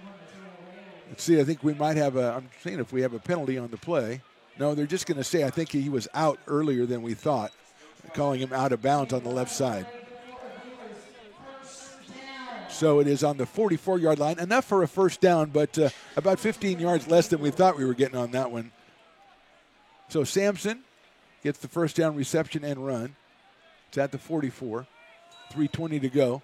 Leith is under pressure. He's going to throw it out to the left side and out of play. Throw is wide to Thoyne Charles, and that was a play that I think Jordan, he was a little bit under pressure, and it came apart early. Yeah, pressure came right away from Kevin Washington off of his DB spot and got in Leith's face right away. Leith really had no choice but to put that ball, I think, in a good spot of it's probably not going to be caught by anyone, but if it will be, it'll be a guy in a blue jersey. Excellent point. So often you see guys try to force that in there, and they put it in play for the defensive back, but Kenny did not do that. So it's second down, 10 yards to go on the 44-yard line, 3:15 to go first half. Beavers 7, Rams 7. Wide receiver split out wide right, and one also to the left, more short side of the field. Leith is going to go ahead and hand that one off up the left side, and there's some room over there running, and that's going to be a first down again for the Beavers. And good run by Moore. It looked like Fresno City might have thought that AR was going to take something deep, and that left a lot of running room for Moore. And Now you're moving the chains, and more importantly, you're milking that clock right now, and you're getting the ball to start the second half. Yeah, 3 minutes to go, and Moore with the big gain, 12 yards and another first down for the Beavers. But that was kind of an odd play, Jordan, in the sense that Moore got the ball in the backfield. Really nobody laid a hand on him until he got outside that left edge. If you're ARC, you might want to draw that up again if your running back's not getting touched for 11 yards. Looks like Jacobs is the running back with Kenny Leith as he's got motion coming from his left to his right in the formation.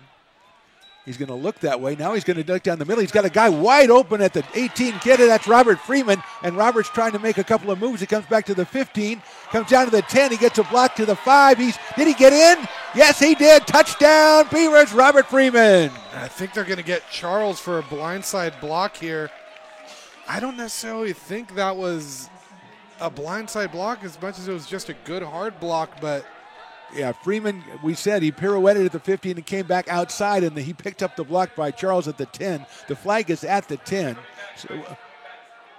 So it's going to come back. Now it's going to be a spot foul, so it should be a 15-yard penalty, which will put it about the 25-yard line. It would still result in a first down for the Beavers. It would take 6 points off the board. And that's a killer if you're AR. And I don't necessarily know if I agree with the call, but again, it was far enough away from the play, too, that I don't know if the block really made that much of a difference on it. You're looking each way. First of all, they made the call, so we can't worry about it. Secondly, if you're talking about Charles, he doesn't know that it's not in the play. He wants to make a play for his fellow wide receiver. And Freeman, as we said, electrifying. If that ball was thrown a little bit further on the initial throw, he would have had it into the end zone. It was a little behind him. He came back, and I love the 360 he did at the 15-yard line to come back out to the right side. Yeah, we saw the spin move on the kick return, Yeah. but I think that was more impressive when you saw the divot in the grass of how hard he turned on that guy. Got to replace that divot. So here we go, first down, and now we got whistles all over the place, and it is timeout Beaver. So we'll take a timeout as well. 2:21 to go until halftime. A lot of excitement, but still, American River 7, Fresno City 7. You're watching ARC Football, presented by the Stones Radio Networks.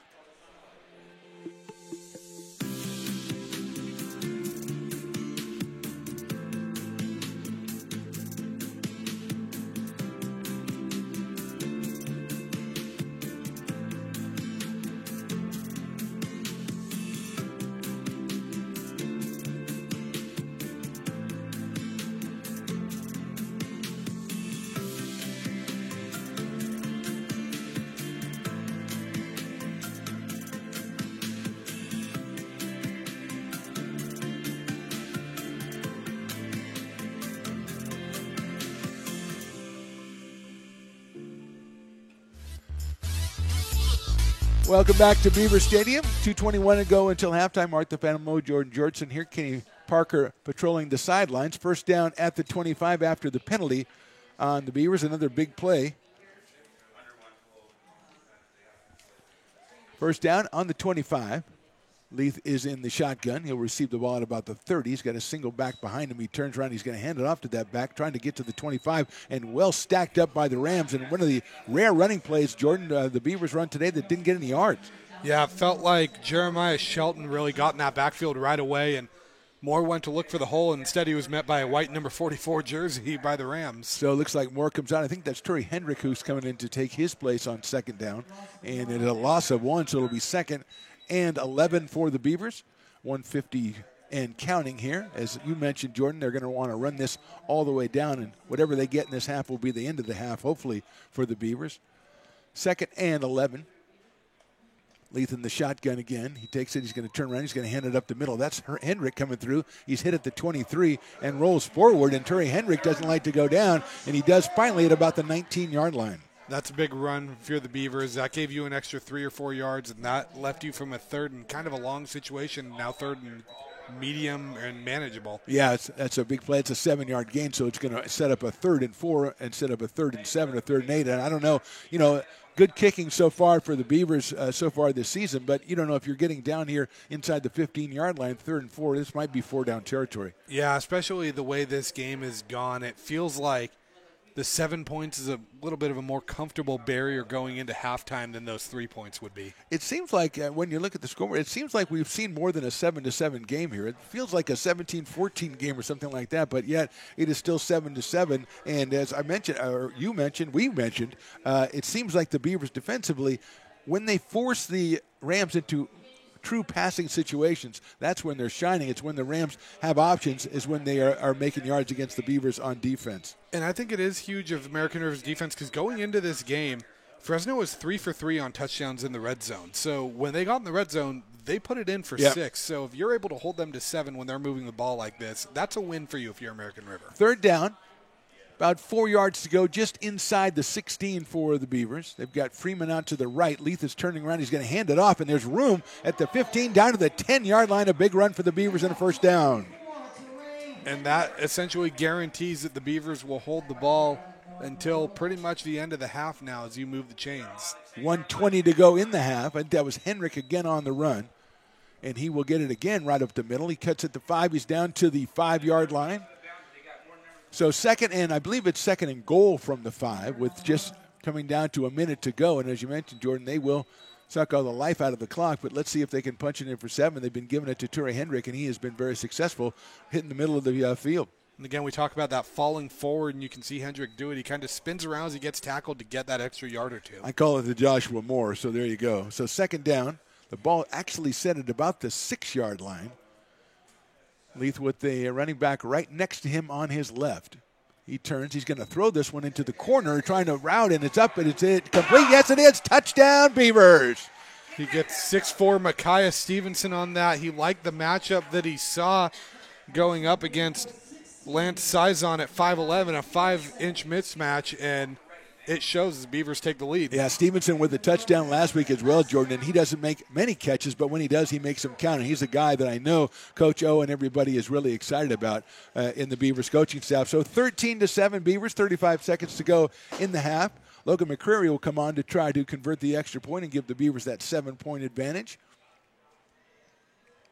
Excellent pass by Leith on that one. Kind of a bad snap, but well handled by Gallen, and the kick is up, and the kick is good. So with 35 seconds to go in the half, we said they needed to do it, Jordan, and they did it. The Beavers punch it in. They lead this one 14-7. You're watching ARC Football presented by the Stones Radio Networks.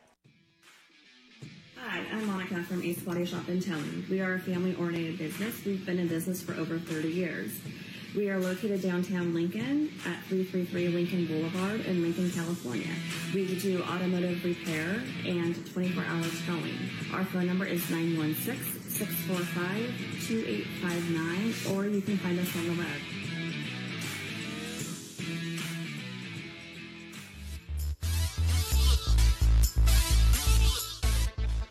35 seconds to go in the first half here from Beaver Stadium on the campus of American River College. Beavers lead this one 14-7.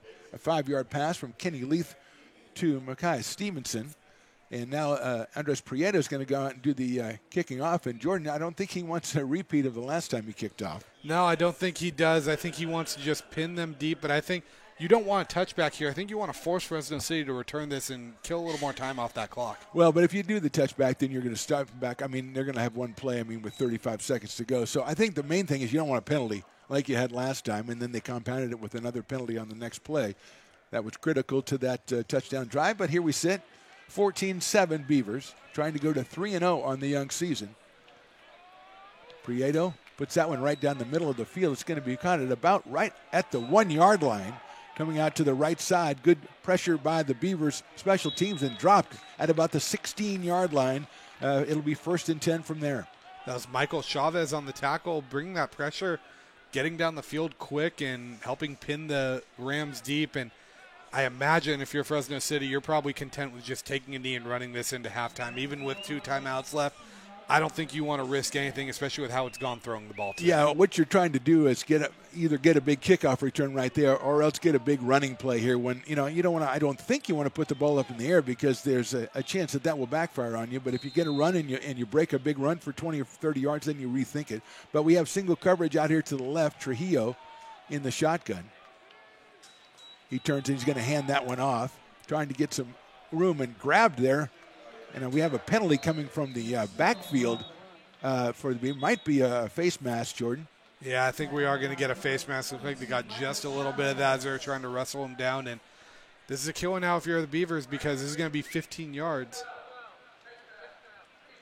And now 2 timeouts left, Right. and now you're getting closer to midfield. Now you probably can take a stab if you're Fresno City. Yeah, that's what we said. They're going to try to run the ball, get a big play. They didn't get a big play, but they got a big penalty. And now with 24 seconds to go, and as you mentioned, a couple of timeouts in their pocket, Trujillo has first down and 10 from the 35. The freshman out of San Joaquin Memorial High School. He's going to turn around. He's going to fake the handoff. He's going to pass it out to the flat. Good pursuit by the Beavers, and that's going to be dropped at about the 37 or 38. It looks like he might have got out of bounds there to stop the clock. Did get out of bounds, and that's going to move the ball down the field. But that's going to be the, excuse me, Jordan, I looked up and it said 0-0-0, and I said, well, I guess they didn't try to stop the clock as much as I thought, although all the Rams are still out there because it was 24 seconds to go and all after the penalty. So the clock doesn't start until the ball is snapped.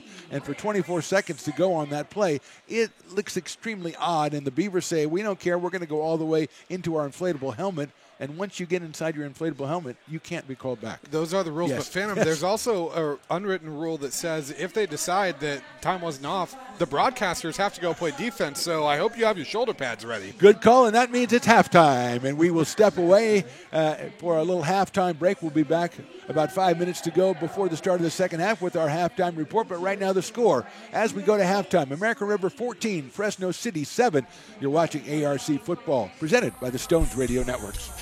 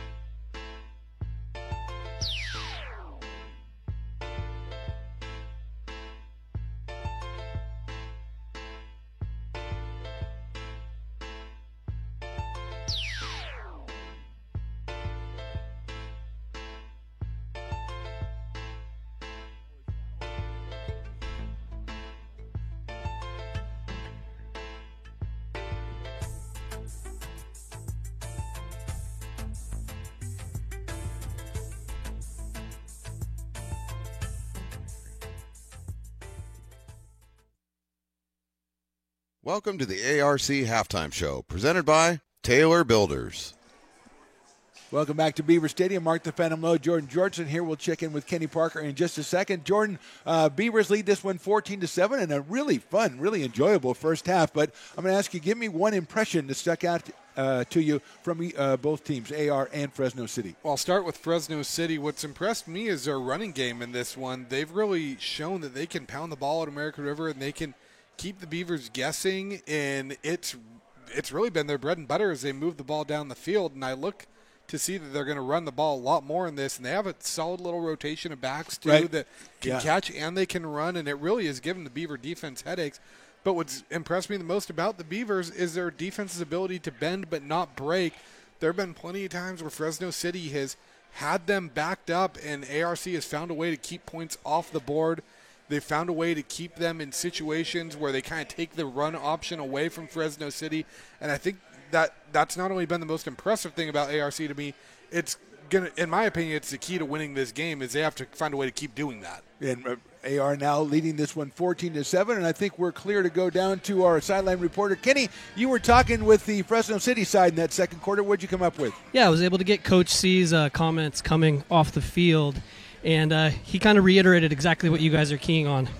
They're having some success moving the football, but they really have to work on halftime, make some adjustments, and figure out how to finish off those drives. He also mentioned on defense they have got to stop the run. He says the Beavers are running all over them.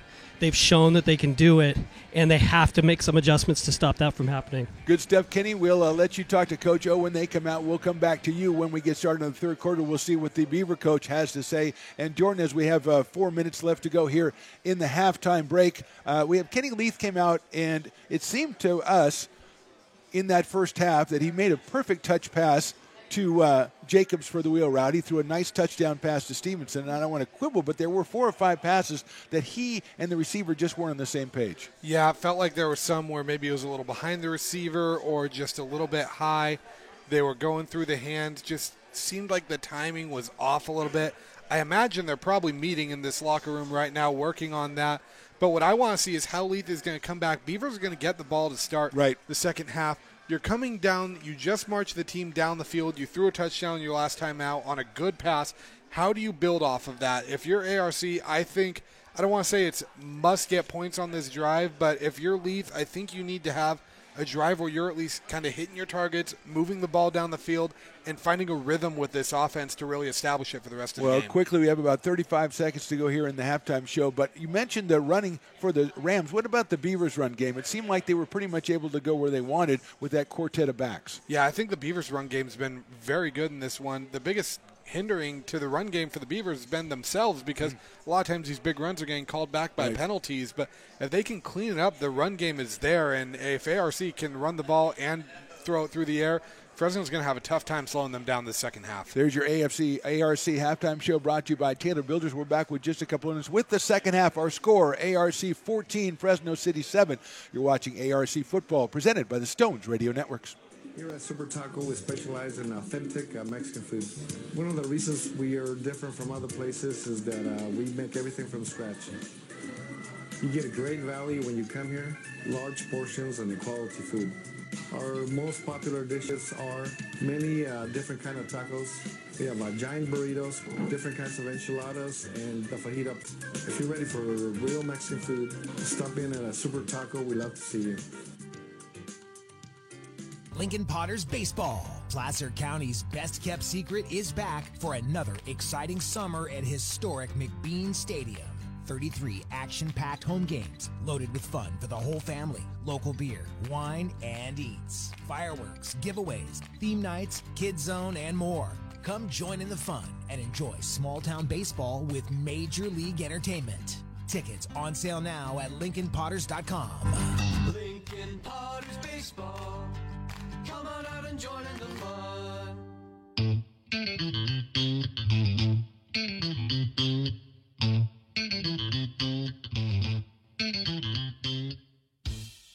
I love baking. I've been doing it my whole life. Grateful Bread was started because I needed the job.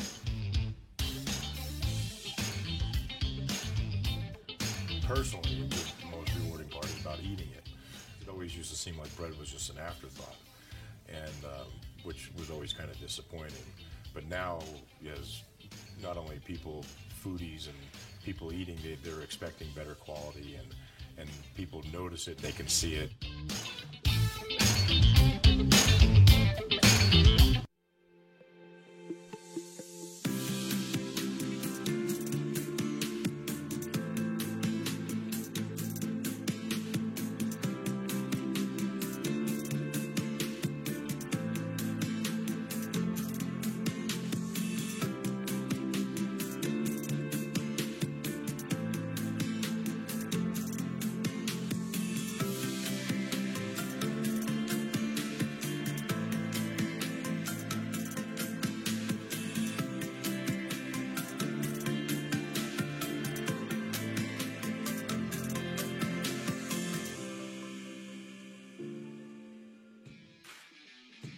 I'm Monica from Ace Body Shop in Telling. We are a family-oriented business. We've been in business for over 30 years.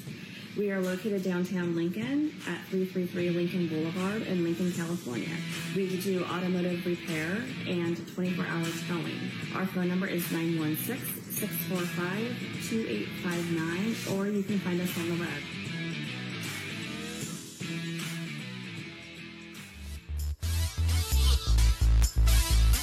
Welcome back to Beaver Stadium. Mark the Phantom Lowe, Jordan Georgeson here. Kenny Parker roaming the side lines, and Stones McCoy, I'm going to call it behind the glass. I don't know if he really is, but anyway, he's controlling everything. 14-7, Beavers lead it. They will receive the kickoff. Robert Freeman going back as the lone back for the Beavers. They'll go from our left to our right here.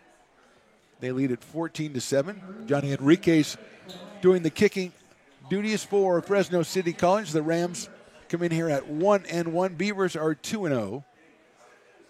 And we are just about to get ready here in the second half from Beaver Stadium. Enriquez hits it.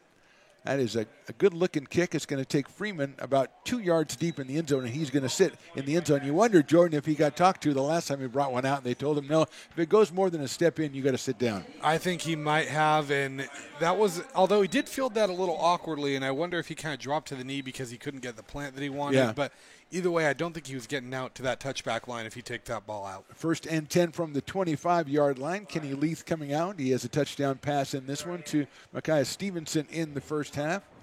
Joshua Moore with the 5-yard run, the other touchdown for the Beavers. Leith in the shotgun.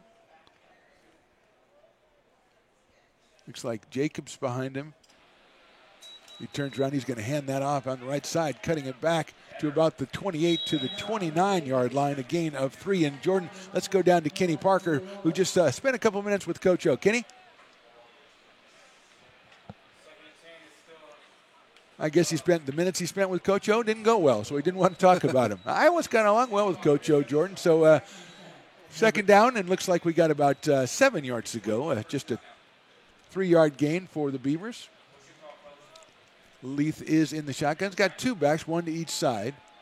One wide receiver spread out left, one to the short side on the right. He's going to look to that guy on the right. A quick pass, and it's a completion. Closed down and gets away from the first one. A nice play to get out to the 39-yard line for the Beavers. That was Cameron Sampson on the reception. He was pursued immediately by Lance Cezanne, but Sampson ends up kind of shaking him off and turning that upfield for some positive yardage, and that's what you want if you're the Beavers. Move those chains right away to start this drive. All right, we're going to try him one more time or else he's let go. Kenny Parker? Sorry about those technical difficulties there, Phantom. I'm down here on the sideline. I did get to talk to Coach O as he came out at halftime. He spoke to the fact that they're very familiar with this opponent. They are moving the ball well, but it's because they got some missed assignments. They need to maintain leverage, get in the gaps, and do what they know that they've been coached to do. I asked him a little bit about number 16 and that touchdown. He said he's a serious threat in the red zone. They're going to continue to use the run to set up play action and get the ball to their playmakers in those situations. Very well timed on that one, Kenny. Thank you. As Avante Jacobs with a big run right there. He's going to get out to about the 46-yard line. It looks like it'll set up a 2nd and 3, Jordan. And it feels like that's been a focal point, is getting Jacobs to the outside on this. They're not really running him in between the tackles that much. They're trying to bounce him out, try to get him running, try to get him some space, and he's been doing a good job of that so far. Interesting what Kenny said about Coach O, talking about missed assignments on defense, and so there's some things that they want to clean up on both sides of the ball, but they do have a 14-7 lead, 13 minutes to go here in the third quarter 2nd and 3 at the 46. Leith has Freeman going in motion from his right to his left. He's going to look that way. Now he's looking down the middle of the field. He's got a guy open, but it's going to be overthrown. Looks like the tight end was on the receiving end, but they're just a little bit too high. It'll bring around a 2nd and 10. Yeah, I was looking for Seth Bozzi on that one, but just a little bit too much. Good coverage downfield there by Fresno City, but I like the aggression in that position. You know, you're still going to be looking at 3rd and pretty short, so I like taking the stab downfield there. Yeah, good call. We've seen a couple down the, it seems like that. Usually it's been the wide receivers. That time it was Bozzi going down there, so that sets up a 3rd and 3. My bad on that. Turn around and handoff right up the middle. Gets up to the 49, the 50-yard line, and that's going to be a first down for the Beavers. And that's Joshua Moore on that, and it feels like this Beaver backfield is just, when in doubt, they're going to get you 4 yards somehow. So that's got to feel good when you get in those 2nd and 3 positions that you can make those stabs downfield. Yeah, and Jordan, you mentioned you played defense, playing a little football. How hard is it when every back you're trying to tackle has got fresh legs because they're not in there for too long, and they're all making that extra yard or two? It's incredibly frustrating, especially when the linebackers and DBs aren't necessarily rotating out, so you're getting the fatigue on the defensive side that you don't see on offense. All right, first down, 49-yard line of Fresno City. Beavers in the shotgun with Leith. He's got, looks like, Moore next to him on the left side. Josh Wood out of Del Oro High School. Kenny Leith from Rockland. He's going to hand that off. He's going to hold on to that one, and he goes down at about the 45 or 46-yard line. So doing the bootleg, we saw him scoring a bootleg last week, Jordan. That was not quite as open. No, not quite as open, but still looks like a 3-4 yard gain. Sets him up pretty well. Good job by Leith. Just get down. Don't take an unnecessary hit and set yourself up for a good position to keep moving the ball. Kind of got penalized there because he's at 6'3". He started his slide a little bit earlier, so he is at actually the 47-yard line, so a gain of 2. Make that 2nd and 8 for the Beavers. Single back behind Leith. He's got wide receivers to both sides split out. He's going to turn around. He's going to hand that ball off. Coming around the right side. Cut back at the 45. Nice tackle. Will knock down the running back at about the 42-yard line. Set up a 3rd down and a manageable 2 for the Beavers. Yeah, and Moore kind of goes flying through the air a little bit as he sheds off one tackle and gets those extra yards. And again, now you're setting yourself up with a 3rd and 3, 3rd and 4 position when your running backs are average 3-4 yards a carry. You got to feel good about that if you're the Beavers. And I don't think we mentioned enough Ryan Cheeseman and his mates there on the offensive line opening holes for these running backs, but they're doing it again this week. So 3rd down, 2 to go, ball in the 42. They have to get just inside the 40-yard line for a first down. Leith in the shotgun. He's going to turn around. He's going to hand that one right off and getting down to the 40 and maybe getting across the 40-yard line. I don't know. It looks like it's going to be marked on the 40. I thought he got a little bit past that, Jordan, but it looks like he might be a little short. Yeah, a little bit of a generous spot here for the Rams, but that was good defense there by Washington to just meet him right away. And if you're AR, again, this is a situation where I think you go for it because, why not with the way you've been moving the ball? I don't think this is too steep of a task for this offense. Well, the way they marked that one, I think you have to get 4 yards past the first down in order to ensure that they don't bring it back 3, because that one I thought he was down inside the 40 and it's outside the 40 when it's finally put down. But they have to go, I would say, less than a yard here on 4th down. And last time they did this, it was a Kenny Leith quarterback sneak. Let's see what it is this time. He's going to turn around and hand it off, and thought he broke the plane of the 40. I don't know where it's going to be spotted by the linesman. It's going to be tough because coming in from the other side, it doesn't look like he got it. But from this side, it looked like he did. Fresno City is convinced he did not get it, but it is signaled a first down by the linesman. And they're going to call a timeout, I think. Let's see if we're going to get a measurement. Again, I don't know where the ball's being spotted, Jordan. It seemed like both times the ball was brought back a little bit too close to the American River College side.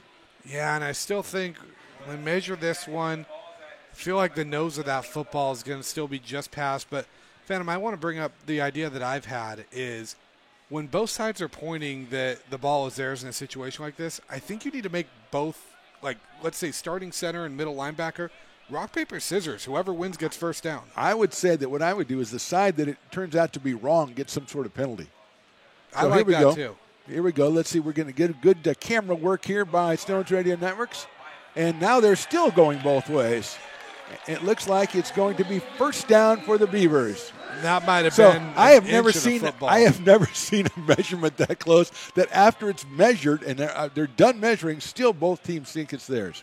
I mean, That's a brand new one. I love that. If there's the photographers down there, someone had to get a shot of that, right? Everyone pointing both ways. I love that. That is, like I said, Jordan, I thought that the ball was spotted advantageous to the Rams twice in a row anyway. But it's a first down just inside the 40-yard line for the Beavers. Kenny Leith in the shotgun.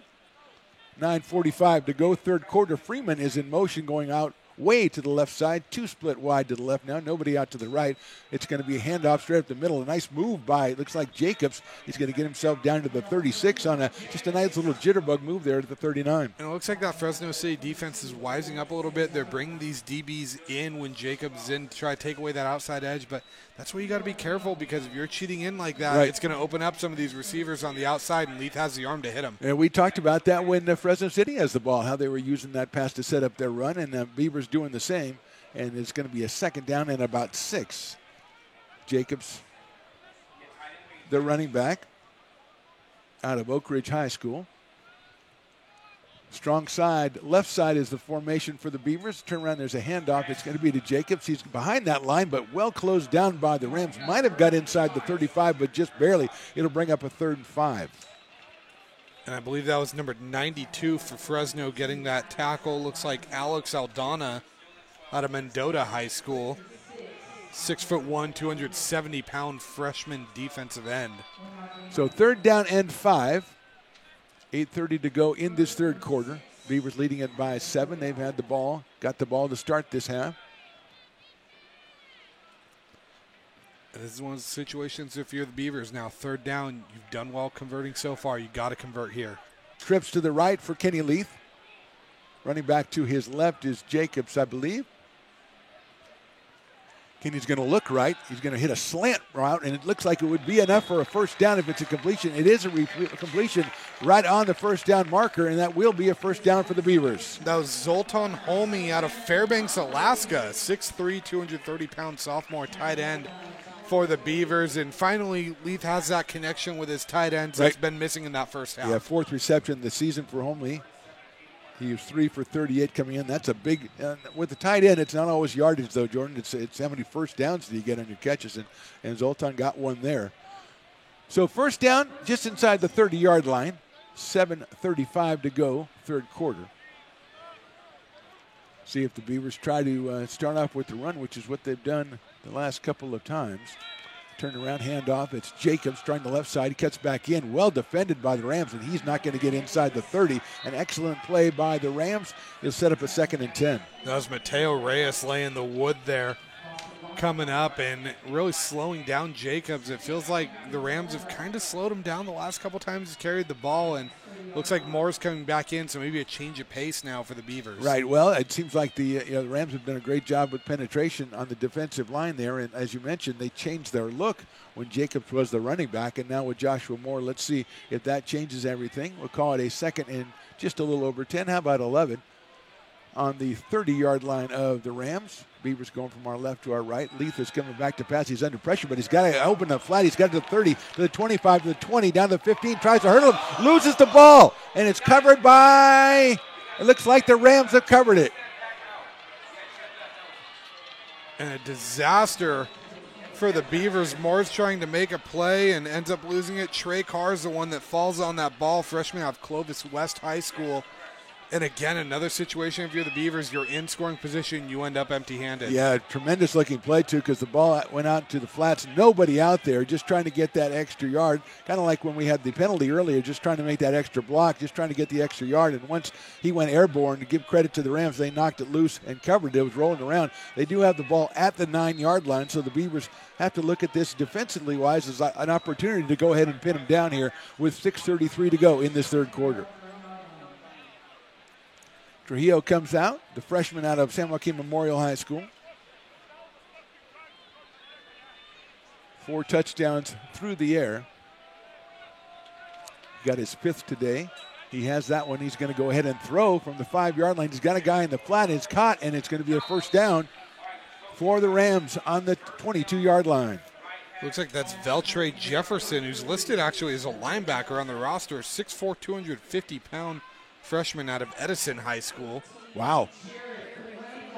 So it's a first down as Trujillo coolly delivers that one from inside his 5-yard line. 1st and 10. Ball marked at the 22-yard line. Trujillo again showing pass. He's back. He's looking. He's dancing away. He throws it down the sideline. It's complete at about the 42-yard line for another Rams first down. Now, it looks like we do have a flag down there. Oftentimes when you've got a guy scrambling, you get a lineman who reaches out and holds, and so that's what it's going to be. So a big play negated, a 20-yard gain negated, Jordan. And you and I were talking about at halftime off the air. A lot of times these games seem to be decided by penalties. And in that case, I think the fact that your quarterback Trujillo was a little bit mobile might have got him in trouble. Yeah, and in my opinion, too, it goes down as a 10-yard penalty officially, but that's a 30-yard penalty because you lost 10 yards now on a play that you gained 20. And that's tough, but I will say Trujillo's looked comfortable throwing the ball this second half. Yeah, he has, and he's got the ball at the 11-yard line. It'll be 1st and 20. Empty backfield. Now we've got motion, and there's going to be a handoff. Pursuit by the Beavers are going to stack that one up. It might be a gain of about 2, but a good defensive play by the Beavers as they had a half a dozen guys in on that tackle. And Shamonte Brown ends up the guy that's going to be credited for it. But, yeah, the Beavers pursued well on that one and felt like they really read that jet sweep right away. Absolutely. They were, like I say, empty backfield, and they've had a guy in motion, and they keyed on the guy in motion, and the handoff, good pursuit by the Beavers. So it's still 2nd and 20. They're going to get no gain on that play. Ball still on the 12-yard line. 3 out to the right for Trujillo. He's got 1 to the short side, the left. He's got a running back to his left.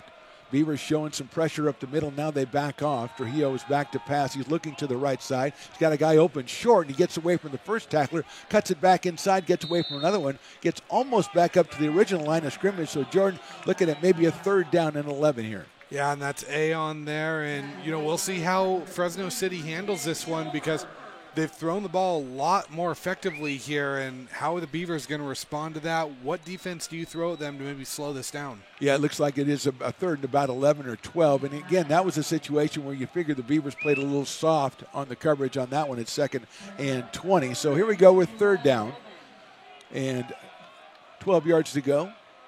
We are, again, double out to the left side, 1 wide to the right, 1 in the slot. Running back behind Trujillo, the freshman, in the shotgun. Pressure shown up the middle, and I think pressure's coming, and it's going to cause him to throw it. He does out in the middle, and it's complete, just short of a first down at about the 31 or 32-yard line. So decision time maybe here for the Rams, Jordan. Yeah, good job there by Jared Quinga, really closing that gap, cutting him down. And if you're Fresno, the way you're moving the ball on this drive, I think it might be worth it to try to go for it here. Even try to just get him to jump, especially when you run the ball. Yeah, 31-yard line is going to be probably an honest 2 yards to go for the first down, and they look like they are going to go for it as Trujillo has 2 out to the left. He's got 1 out to the right. He's got the single running back. The Beavers spread thin here as they've got to hold him. See if they can stay on sides for the first thing, and it's going to be a handoff right up the middle, and he's going to get the first down out over the 35 to about the 36 or 37-yard line. Yeah, nice job by Ali. Just dive forward, make sure you get that first down yardage.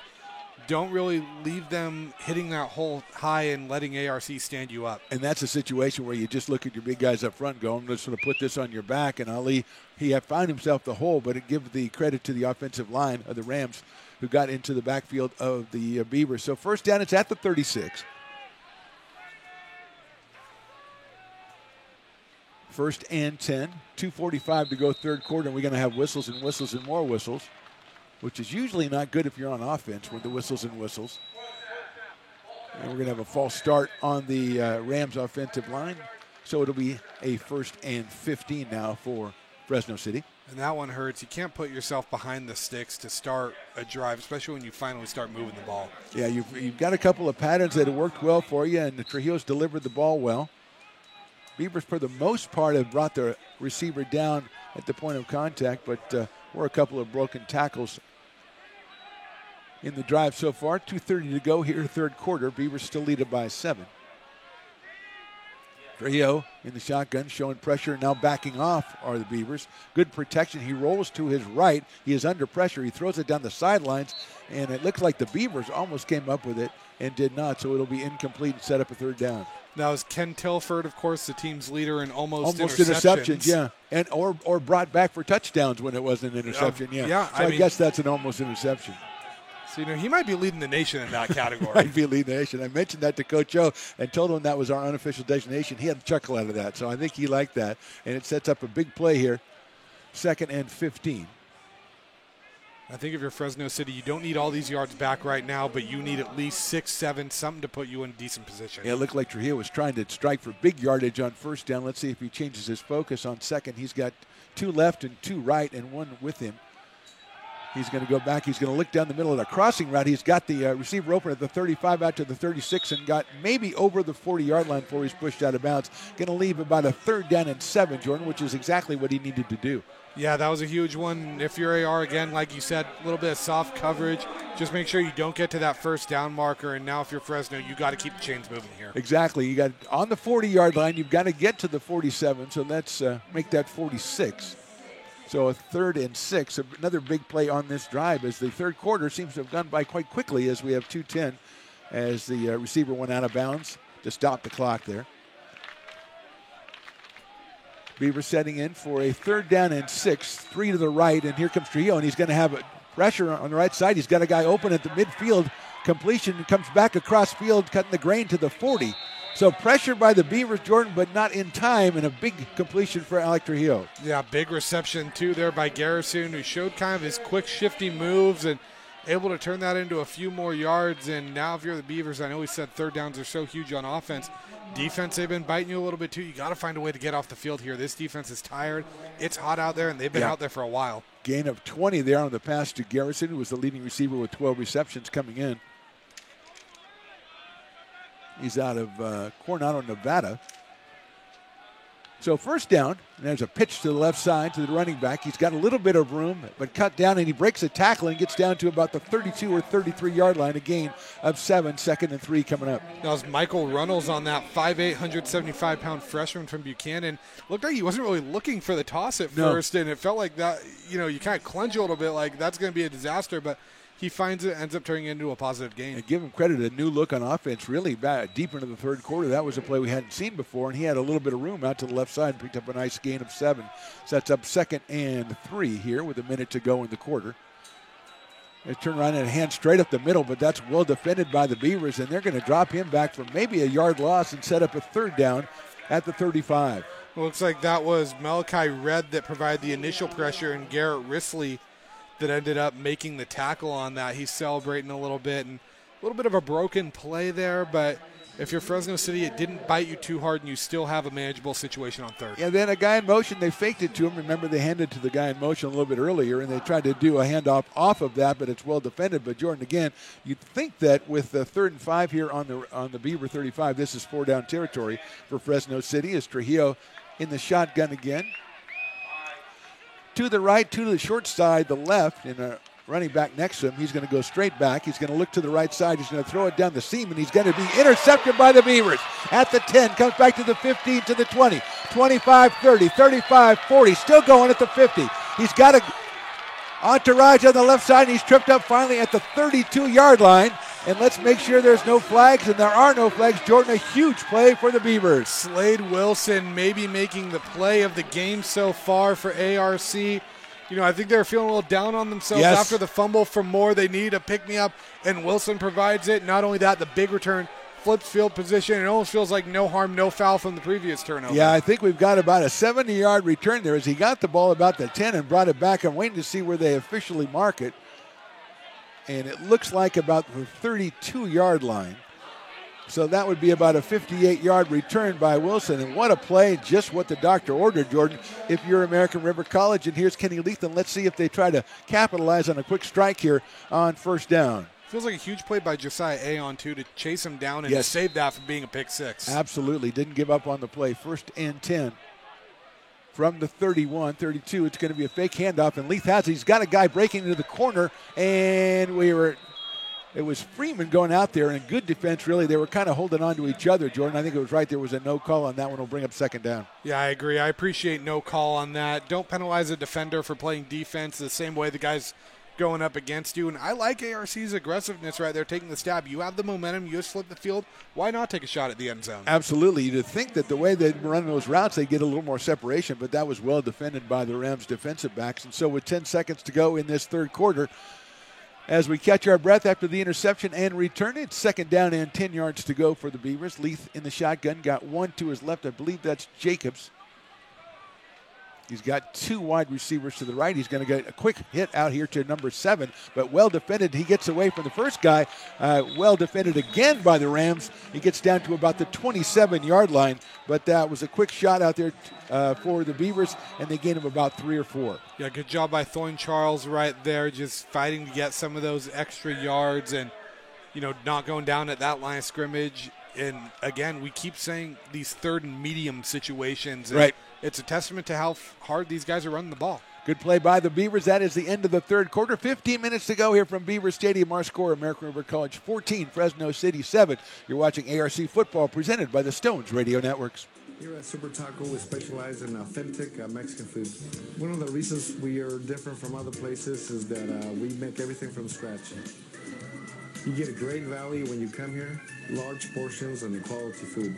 Our most popular dishes are many different kind of tacos. We have giant burritos, different kinds of enchiladas, and the fajita. If you're ready for real Mexican food, stop in at a Super Taco. We'd love to see you.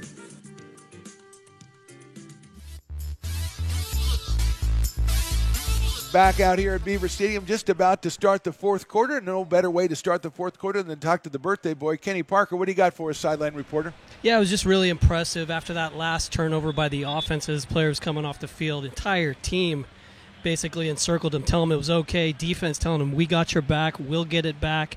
Offense went to their spot. Coach O immediately in their face, flush it out. That was a hell of a drive before the mistake. We just keep doing those things and doing our assignments, and we're winning this game. Great job, Kenny. Happy birthday, my friend. Well done.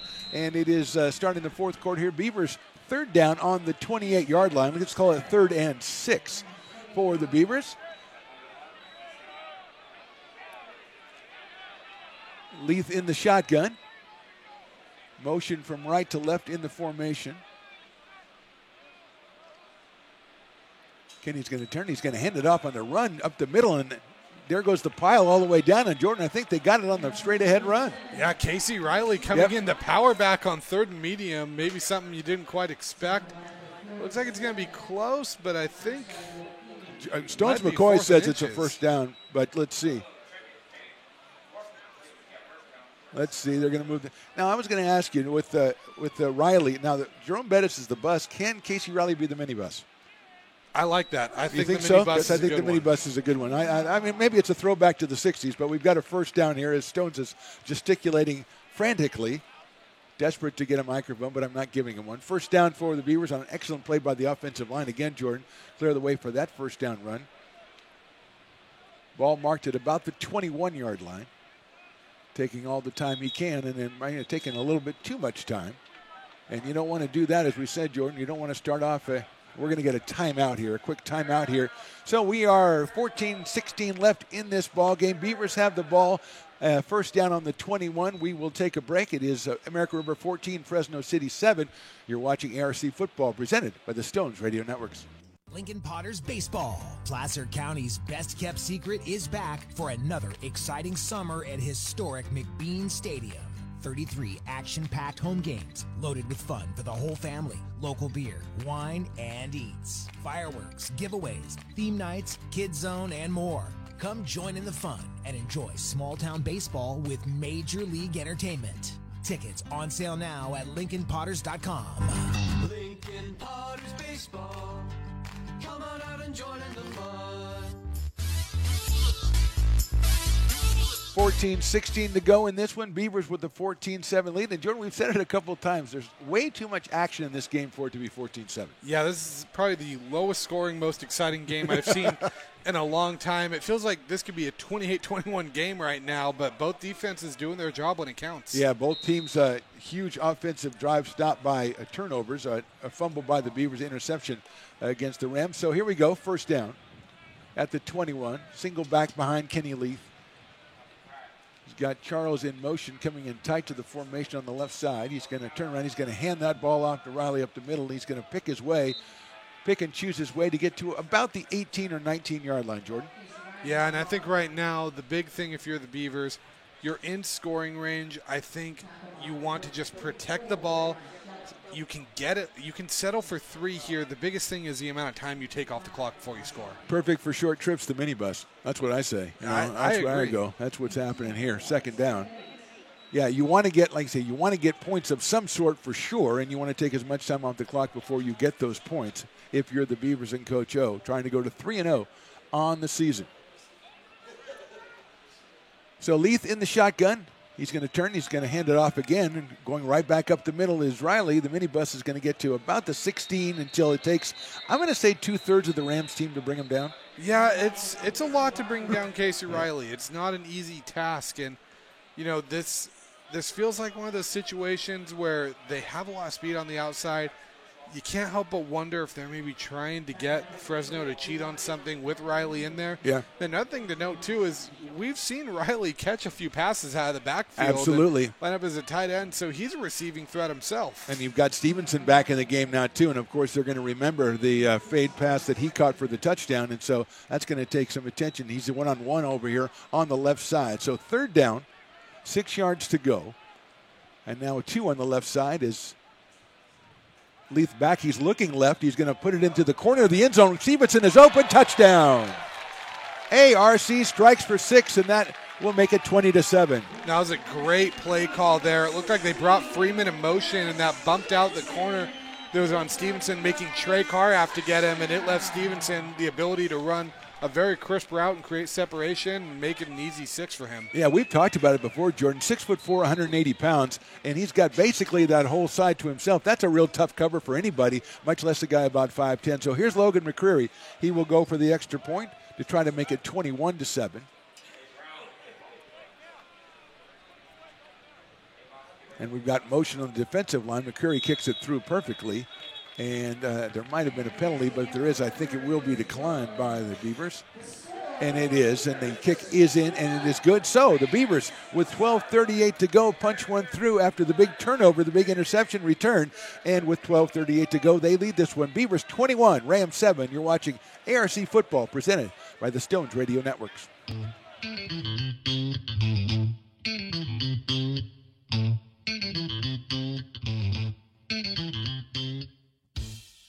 I love baking. I've been doing it my whole life. Grateful Bread was started because I needed the job.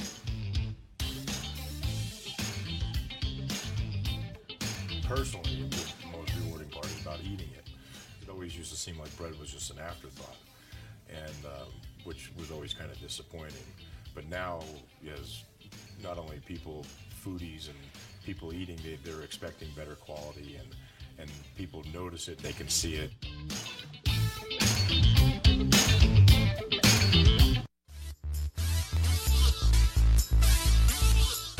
21-7, 12:38 to go in this one. Andres Prieto will be doing the kickoffs as Logan McCreary put through his third straight extra point. He's now got 10 in the past 2 games.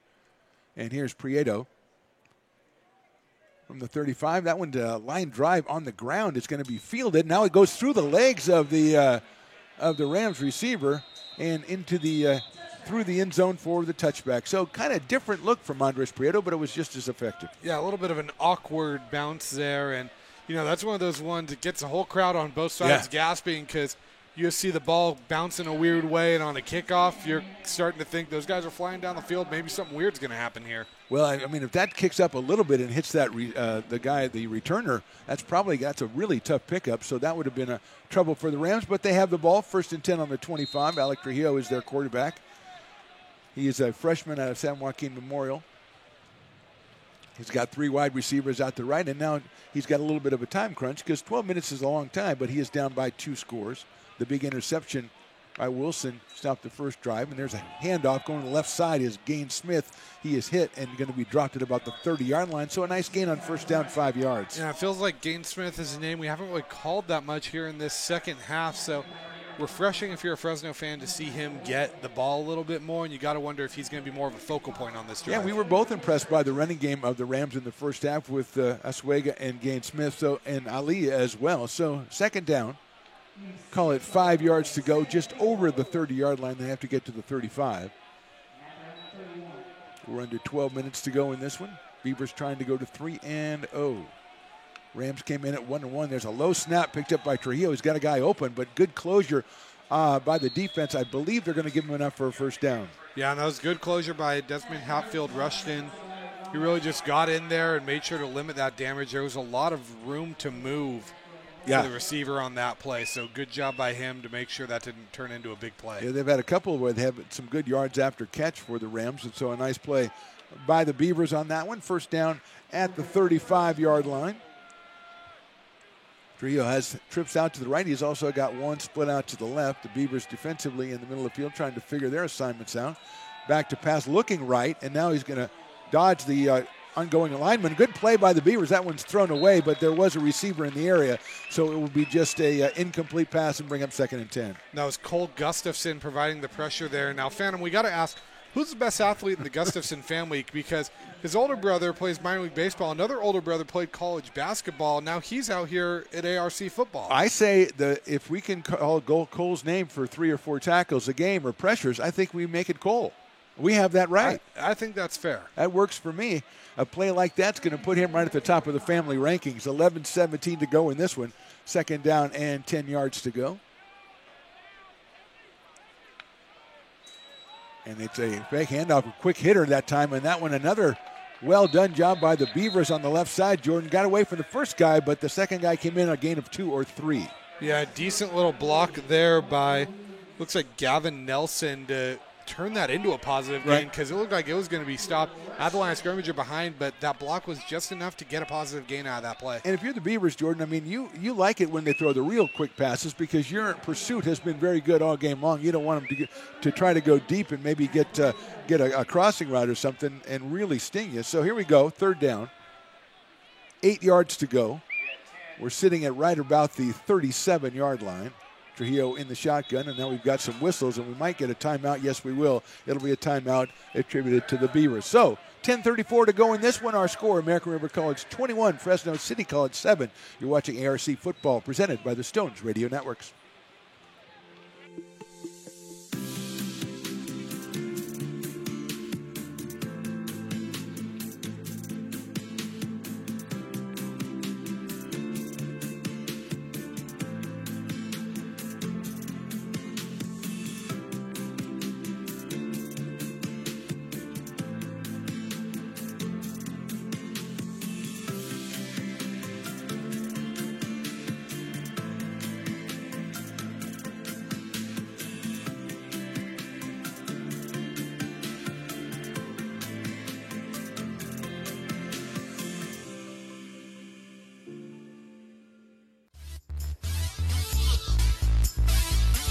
.34 to go in this one, 21-7 Beavers. Third down and 8 yards to go on the 37 of the Rams. Beavers calling the timeout to get ready for this next play, the big third down here. Trujillo's got a guy in motion from the right to the left, now setting out wide left. He is to the right, and they're going to try to run the cross, and he's got time, and he's going to throw it on an out pattern down here, and it's caught, I believe, at the 32-yard line. Yeah, good job by Trujillo there to stand in under pressure. Looks like that was Josiah Ayen that came down with that, and a huge conversion right now if you're the Rams. A 30-yard gain, and it was a case of a crossing route, and then he came back out to the sideline on that one. It was well thrown by Trujillo right where it needed to be, and a good catch going to the ground by Ayen, who's been impressive today. So first down. As we go down to 10 minutes in this one, first down on the 32-yard line for the Rams, who trail by 14. They're going to look left with Trujillo. He's got a guy open, and a nice catch out there. Pursuit by the Beavers, but it's a gain of about 7 yards. And more importantly, I think it's Tabari Rollins getting out of bounds on that play, stopping the clock. Especially, I know you have 3 timeouts left, but it looks like it's not going to stop the clock, but still, time is of the essence right now. Absolutely. And now when you're kind of clicking, and you were clicking before and you had the big interception, now you're coming back and you're doing the same thing. You got the big pass play to Aon, so you want to keep things going momentum-wise. 9.5 to go in this one. Second down, 3 yards to go. He's going to hand that one off, stacked up at the line of scrimmage and cutting it back now, and he gets away from another. And the Beavers, what pursuit by the Beavers, and eventually will bring him down at the 30-yard line. It looked like that was number 3, Ken Tilford, that held him up long enough for Michael Chavez and Josh Tremaine to make the big play there. And that felt like the longest short gain of all time, possibly. Well, it looked like the best run of a guy who lost yardage that I've ever seen, because he broke away from the pack and then he broke away from another guy and almost from another guy. But, again, we talk about the Beavers' pursuit. So it brings up 3rd down and 7 now on the 29-yard line. A quick pass to the left side, and it's knocked down by the Beavers. A tremendous play by ARC to bring up 4th down. That looked like Diallo Washington got off his block there, and he just looked face-to-face with the quarterback. I think they locked eyes as he threw that ball. Just like the one Geno Smith last weekend when he saw Aaron Donald come out and goes, oh, my God. Yeah. That's exactly what happened there. So 4th down, 7 to go on the 29. And I would think that the Rams are definitely going to go for it here on 4th down. I think at this point, everything's 4-down territory. Absolutely well put, Jordan Georgeson of Go Country Media. You can read him in the Lincoln News Messenger, the Auburn Journal, and others. So 4th down. They've got to get to the 22, and there's time to throw. He's got a guy over the middle breaking loose. It's going to be over his head too far, and the Beavers have held. Let's see if there's any penalties. Don't see any. They've held on 4th down as they try to pass down the middle, Jordan. Kind of a risky play there. Yeah, it seems like an interesting play call. I feel like I would have gone for the yards rather than for the end zone, especially. I know you need the points, but, at the end of the day, you're not going to get any points if you're taking a shot at the end zone and overthrowing. Well, give credit to the Beavers defensive backs. We talked about them last week and talk about them again because they were right on the receiver in that situation. So brings up a 1st down as the Beavers defense has held. They will take over at the 29-yard line with 8.5 minutes to go in this one. Single running back behind Kenny Leith. He split one wide to the right. Everybody else tight in the formation. He's going to turn around. He's going to fake the handoff and roll around. He's got a guy open, but it's a little bit too far on the throw. I believe that's Seth Bossy, the tight end who was coming out. He was open, but the throw a little bit too far. Yeah, it looked like Bossy tried to wrangle that in with one hand. I don't know if he could only get one hand on the ball, but, again, just shows that little bit of a miscommunication, some of those mental errors. And interesting play call by the Beavers right here. 2-score lead, 8.5 minutes left. Your defense has played well. I don't get why you're putting the ball in the air. Well, I mean, and the other half, though, is if you're the coach, you go, well, if you executed the play that I called, it would have been perfect because Bossy was open. And it is now 2nd down and 10 yards to go, 8:31 to go in this one. Robert Freeman out to the left side. He comes in tight to the formation. He's going to turn around and hand that one off. There's a hole in there, and all the way out to the 35-yard line go the Beavers. So a hole that I didn't see where it came from, but a nice gain of about 6 yards for ARC. Yeah, and Moore now getting the carry on that, and more importantly, that clock is ticking. And if you can find a way to move the chains here, that's going to buy you an extra 2 minutes off that clock most likely. Yeah, I don't have to get 5, just 4 on this one, so it's 3rd and 4. We're coming down to 8 minutes to go in this one. Let's see, the Beavers threw it on 1st down. They ran it on 2nd, and it looks like they might have had a guy offsides for the Rams, and the flag goes down. They're going to go deep down the left sideline to Freeman. He fights off a defensive back. It's out of play. I think Kenny Leith was counting, Jordan, that he got himself a free 1st down there. Yeah, I like the stab at the field when you know you have the free play, and good job. Beavers are going to get a free 1st down here, it looks like. Let's see. Yes, so we do have the signal. That was offside defense. That is going to bring us out to the 40-yard line, which is going to be a 1st down. And as you've said many times, Jordan, that's going to just wind that clock and get it going. And you prolonged it. You got the 1st down through other means, but you still prolonged the drive. And that penalty is a killer for the Rams because you need to essentially play perfect football on both sides of the ball from here on out if you want a chance to stay in this game. And I have a hard time thinking that was the play call for 3rd and 4. It was a long pass to Robert Freeman down the left side. I think that was like an improvise once the play broke down. So Joshua Moore is the running back behind Kenny Leith. He's got Riley in the game as well, tight on the right side of the formation. turn around and he's going to hand that ball to Moore. He looks for open. He's got one. He's going to get out to the 45, but you chew up chunks of 5 yards, and that's what you get with Joshua 5 yards at a time more. Yeah, you chew up chunks of 5 yards in this one too, and if you're the Rams, you might not get the ball back if you're not finding a way to. They need to get a big stop here, and I'm meaning a stop in the backfield or at the line of scrimmage, something to put the Beavers behind the 8-ball a little bit here. Well, we talk about it all the time. Joshua Moore in the situation, the Rams knew they were running the ball. He still had a big hole, and so give credit to the offensive line, Ryan Cheeseman, and the guys up front for opening up that hole. So we've got the ball square on the 45-yard line. 2nd down and 5 as we run down close to 7 minutes to go in this game, 7-10 and counting. 2 backs on either side of Kenny Leith this time. He's got a single wide receiver. They're going to hand it off again. I think that's Trey Hendrick, and he's going to get a first down and into territory of the Rams and down inside the 45-yard line. Another excellent run by the Beavers. Yeah, Hendrick keeping those legs moving, get that first down. Then I like Casey Riley coming in after, just pushing that pile forward an extra foot or two just to make sure. A little bit of good measure there by him. Yes, and another time we've got the Fab Four, all of them making contributions, Jordan. It's hard to keep 4 kids of that age happy. Let me just say that. And in this case, that you make them happy by giving them the ball with fresh legs, and they are making it pay off for Coach O and the Beavers. As we're getting down 6.5 minutes to go now, and a first down, the ball on the 45-yard line. Riley's in the game in tight formation to the left. They're just going to hand that one and get another nice hole, getting all the way down inside the 40. Still going is Hendrick. He's going to get down close to the 35, a 9-yard gain for the Beavers, set up a 2nd and 1. And that's where those fresh legs really pay off. He's keeping them moving, and that Fresno defense is very, very, very tired right now. Yeah, and we mentioned it a couple of times, but I don't think we mentioned it enough. We're going to have an injured player. We'll have a timeout for an injured player. We'll keep it here.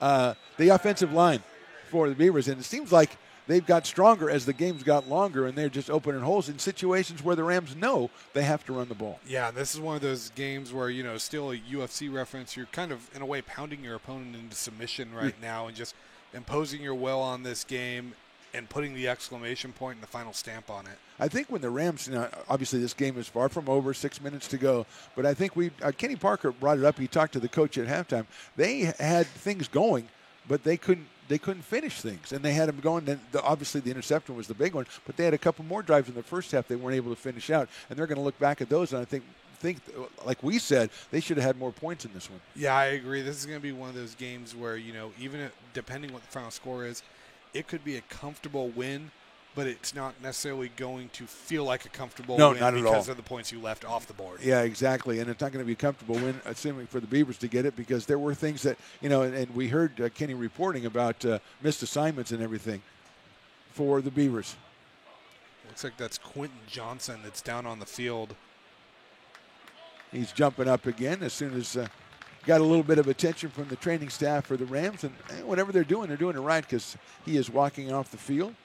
A little gingerly and working that right shoulder a little bit, but he is moving off the field, and we'll be back. It'll be 6 minutes and 2 seconds to go. I think it's a 2nd and 1 situation after the Hendrick 9-yard run. And again, you're going to look at each individual back for the Beavers, Jordan, and go, well, he had 32 yards, he had 34 yards, but you put them together because it's really just one guy. It's almost the Fab Four is one guy. It is. The Fab Four is more. It's a belief. It's a spiritual thing. The Fab Four. That's right. They got to get T-shirts made. That's all. Maybe walking across, College Oak Drive, like Abbey Road or something. I don't know. I'm just an idea, man. That's what I do. So we're ready to go here. 2nd and 1. Beavers again. We'll wait for the Clark to do their work for them. Now, do you think they're going over the play call the whole time this whole? Do you think this is a Bull Durham mound visit type of situation? They're talking about Chick-fil-A or something, maybe. I don't know. Or maybe they're talking about Super Taco or Grateful Bread. Maybe fine establishments like that. Or maybe they want to go to Taylor Builders. That's not my call. Ace Body and Towing. Hand off up the middle. Trip, but still enough to get a first down for the Beavers. So it could have been a disaster, but coming through there is Hendrick, and he's going to grab that first down. Yeah, and that's one of those ones now where, even the luck's kind of falling on your side if you're the Beavers. Yeah. And again, you're in no hurry to snap this ball. any snap should come with less than 5 seconds on the play clock. In my opinion, you should be snapping with 1 second left. Yeah, and again, we don't want to jump the gun, but with 7 points, I mean, look at what we talk about it all the time, Jordan, the Beaver defense, 7 points in the first game, 10 in the second, and 7 in this one. And maybe the biggest play of the game, that defensive, the interception and return. So here we go. First down, 4:50 to go in this one. Ball at the 33-yard line. Make it the 34-yard line. It's going to be the straight handoff again. A lot of room for Turi Hendrick, and he hits 4 guys. Finally, a fine tackle at the 30, but Turi, he makes them pay. We got to think maybe, I don't know what the name is for him, but he makes people pay that try to tackle him. I like it. Maybe, Hammer Hendrick. I don't know. I'll come up with the names. You just give the analysis. Okay? I mean, hey, I'm Jordan the Peasant. I'm not the nickname guy. You're not Jordan the Peasant. You're just the peasant, and I think it fits you perfectly. Second down and we'll call it 6 at the 30-yard line. It's just when you see a guy run into the line of scrimmage and you see him hit by 2 or 3 guys and he's still going forward. Energizer Bunny's a little bit overdone. We're not going to go that way for Turi. Maybe the 4 minutes to go in this one. Again, I'll come up with the name. Turn around, hand it off again. Met at the line of scrimmage and perhaps got a yard, but more importantly, again, we don't mention this, but more importantly, holds on to the ball. Yeah, holding on to the ball is key right now, especially when you saw that fumble bite the Beavers a little bit earlier, and looks like Moore's coming back in, chance to redeem himself now. Need a bigger chunk of the yard, so why not go to Mr. 5-yard guy? Josh, 5 yards at a time more, we're calling him. But he's also a member of the Fab Four, so he's actually, doing a lot here as we get into 3:25 left to go in this one. Beavers lead at 21-7. Mark the Phantom Low, Jordan Georgeson, Kenny Parker on the sideline, Stones McCoy behind the glass. And here come the Beavers, and they're coming out in the tight formation, Jordan, and that means one of the Fab Four is probably going to go up the middle, and that is going to be Casey Riley, the minibus. He breaks it outside the 20, and he's going to get to the 15, and he hits a guy at the 10. It's a first down for the minibus. And the brakes were loose on the minibus. He was run away down the hill. I don't think Riley expected to see that much open field in front of him. I don't know. I don't know for sure, but I think he could have just run it in. He was looking for a guy to run over when he got down to the 10-yard line. A big play right there as Riley, everything was set to go up the middle, and Casey bounced it to the outside and gave him a first down just outside the 10-yard line with 2:45 to go in this one. And Jordan, I think now, as Freeman comes back into the game, I think now they can do exactly what you've been saying for the last 5 minutes and basically run this thing out. But we're going to get a timeout on the field. So with 2:39 to go in this one, the Beavers are in control. They have the ball. The Beavers 21, Fresno City 7. You're watching ARC Football, presented by the Stones Radio Networks. Hi, I'm Monica from Ace Body Shop in Telling. We are a family-oriented business. We've been in business for over 30 years. We are located downtown Lincoln at 333 Lincoln Boulevard in Lincoln, California. We do automotive repair and 24-hour towing. Our phone number is 916-645-2859, or you can find us on the web.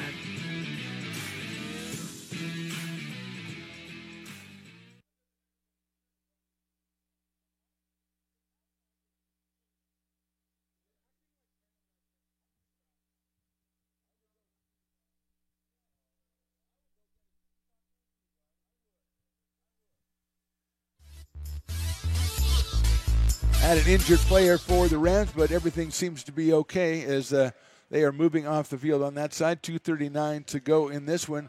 And Jordan, it's hard to say. I mean, we talk about the defense. Kenny Leith threw a couple of good passes. He had a couple of times. I think they're going to go back to practice this week as they prepare for next week's game. They're going to work on those connections.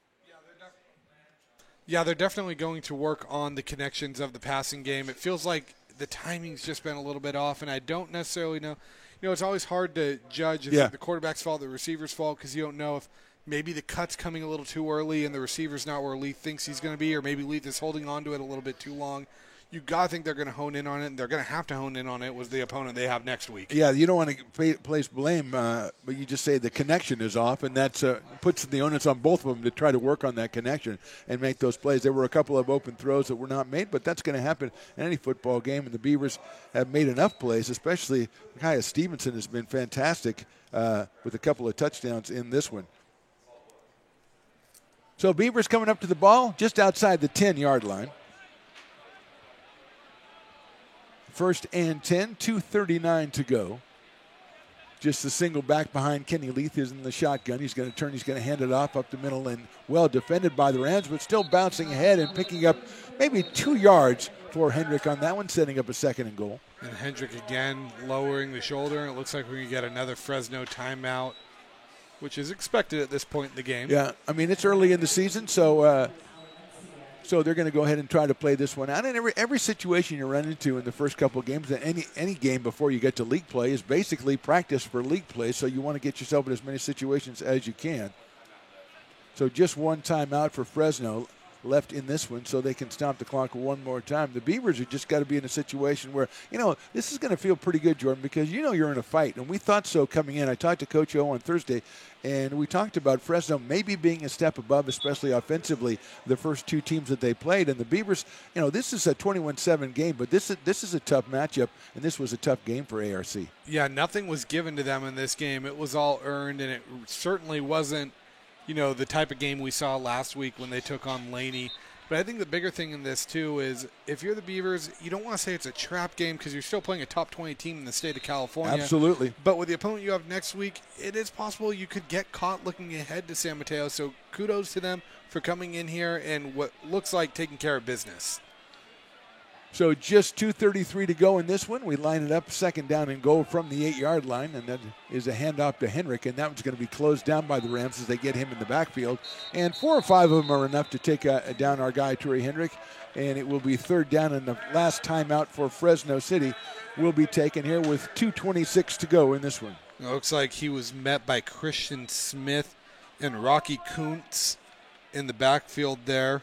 One from Clovis, one from Clovis East. So 2 high school rivals coming together to bring down the running back in the backfield. It's a beautiful thing to bury the hatchet. I've been following high school football for a long time. How many directions does Clovis have? They have like a lot. They have Clovis north, east, west, south.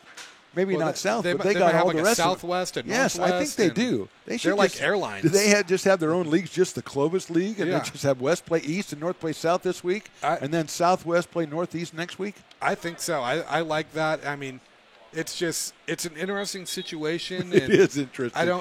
Do you think they all have the same mascot? I mean, that's a great point, but I do know that there's a lot of great athletes that come out of that area. So yes, there are. I guess they're doing something right over there. Be 3rd down for the Beavers. When play is resumed, Fresno with no more timeouts. 2:26 to go in this one. In the tight formation, a couple of backs behind Kenny Leith on this one. Looks like Moore is in there as well. Leith under center. He's going to turn around. He's going to hand that off to Casey Riley, who cuts back across the grain. He's in for the touchdown. Casey Riley just carrying the football. The minibus parks at the station. Good job and good eye for that running room there. We saw a little bit of that agility from Casey Riley. Look at him getting up off the ground, celebrating. Doing the ballerina thing we saw earlier because he cut that one against the grain, and give credit to the line as well, but give credit to the minibus who runs that one in for a touchdown to make it 27-7 with 2:20 to go. Here's Logan McCreary. He is going to go for the extra point.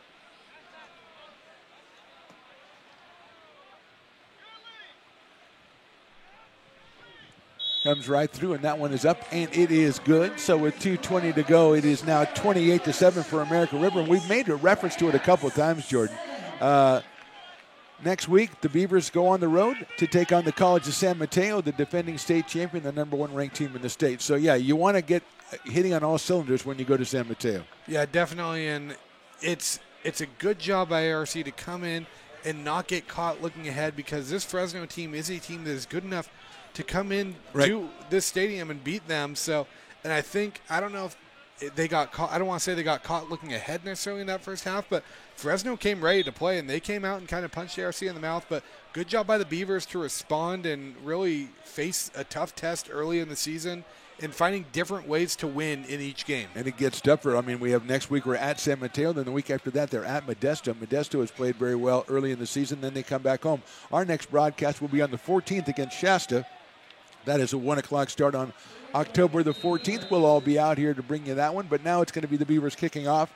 Andres Prieto, who's had a variety of kickoff styles today, Jordan, I think we can say. But he will address the ball with 2:20 to go in the game.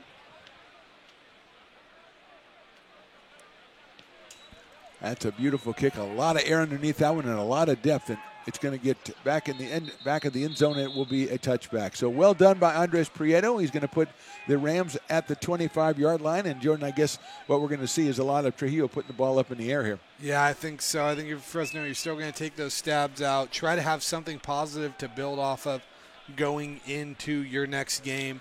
You don't want to just kind of roll over and accept the defeat in this one. I think it's a two-sided thing. I think that they're going to be disappointed in their offense that they moved the ball as well as they did and didn't put up more points, but also the fact that they kept their defense out on the field a lot, especially in the second half. And I think you mentioned earlier that they were getting a little bit tired. So here we go. See if we have still Trujillo out there. No, it's Ryan Markarian from Clovis West to drop a name. So Markarian, number 12. A quarterback. He's going to throw a quick out here, and it's going to be complete, but staying in bounds as the receiver, and he's tackled by a couple of Beavers for a 5-yard gain. That was Colby McAvoy that came in with Colville, Washington, freshman out of there. So not Clovis, Colville. So I think it just has to have a C, an L, and an O somewhere in the letters, and that's the rule for getting onto Fresno City's team. Markarian, 6'2", out of Clovis West, as we said. He's facing a second down now. And 5 yards to go. He's going to throw it to the left, and it's complete. Catch is made for a first down, but not much more, as it'll be 1st and 10 to go from the 36-yard line as we get on to 1:44 to go in this one. That was Teron Nix on the receiving end of that, and a whole group of Beavers that were bringing him down. And Phantom, I know you said you leave the nicknames up to you, but I just have one for this Beaver defensive line. The way they hold people back and push back. What if we call them the Beaver Dam? Oh wow. I'll think about it. I'll run it up the post. Stone says he likes it, which means I'm inclined not to. Makarian back to pass. He throws it to the left side, and it's out of play, or off the hands of the defensive back for the Beavers, who played an excellent game again today, Jordan, and set up a second down. Beaver Dam, you're young and you'll do better, but I think we'll go with that one right now. It looks like a whole new group of wood is being made up of this Beaver Dam right now. Too much? Don't ever try to explain things, okay? Never explain a joke and never explain a nickname. Just hope the people go, yeah, that sounds good, and let them fill it out. Second down from the 37-yard line. Makarian in relief of Trujillo. He's thrown a couple of out routes so far. He's going to look to the right side, and he's got a guy coming out of seam. That's a nice pass, and it's intercepted by the Beavers closing on it. What a play by ARC. And who else but Josh Tremaine? Why wouldn't he be the one to put the stamp on a great second-half performance and a good victory for American River? I'm looking at that, Jordan, and he looks like he threw it to the outside of the receiver. That's a pretty good throw by the backup guy, and all of a sudden Tremaine comes out of nowhere, which is what he does, and he picks that one off. Great, like you say, great defense by the Beavers in this one, and they will take over with just 1:15 to go. And I wonder if it helps Tremaine when he's reading a quarterback, knowing the talent of the athletes in his family. Tyler Tremaine, a great quarterback at Folsom. Probably can think like a quarterback a little bit if your brother is a quarterback. Yeah, and you also, I thought you might be going as you get the backup quarterback coming in. He probably hasn't got a lot of snaps. He's going to look where he's going to throw, and I think Tremaine, the veteran linebacker, will see that. Quincy Gallant from Antelope, the backup quarterback for the Beavers, is on the field. He's got a running back behind him, probably Anthony Johnson, and he gets the handoff, cuts back against the grain, and he's going to get about a yard, bring up a 2nd and 9 as we're going to get down under a minute here. That was Anthony Johnson. Johnson, another name that we called last week that made a few big plays. So, we have the Fab Four with a 5th guy that's kind of on the outside, ready to jump in if he needs to be. Don't give me Pete Best. We're not going with Pete Best. You can't give that nickname to a kid. Got an injury, I think, for Fresno City, so we're going to have a momentary time. So, Jordan, if you're Coach O, put yourself in his shoes, if you will. You're going into the locker room. You got a week of preparation. You got College of San Mateo coming up. And you want to go ahead and obviously get your team ready. So what are some of the things you're going to come out Monday morning or Monday afternoon and talk to your team about? I think when you have a positive second half the way this team did, I think you need to look at what happened in that first half and those mistakes to, correct them. But I think the focal point when you're watching film and you're building off this is building off what you did in the second half. I've never found the coaching style of when you have one good half, one bad half, and you still win the game. I've never found the style of dwelling on the bad rather than the good after a win to be very effective. So I think you need to keep it overwhelmingly positive, build off of this and use that as your momentum going into San Mateo. Accentuate the good, use that goodwill to work on the bad, and you're going to come out in the end, you're going to come out better. Excellent idea, Mr. Georgeson. And now we've got a little bit of a timeout here as we are trying to bring home the final 38 seconds in this one.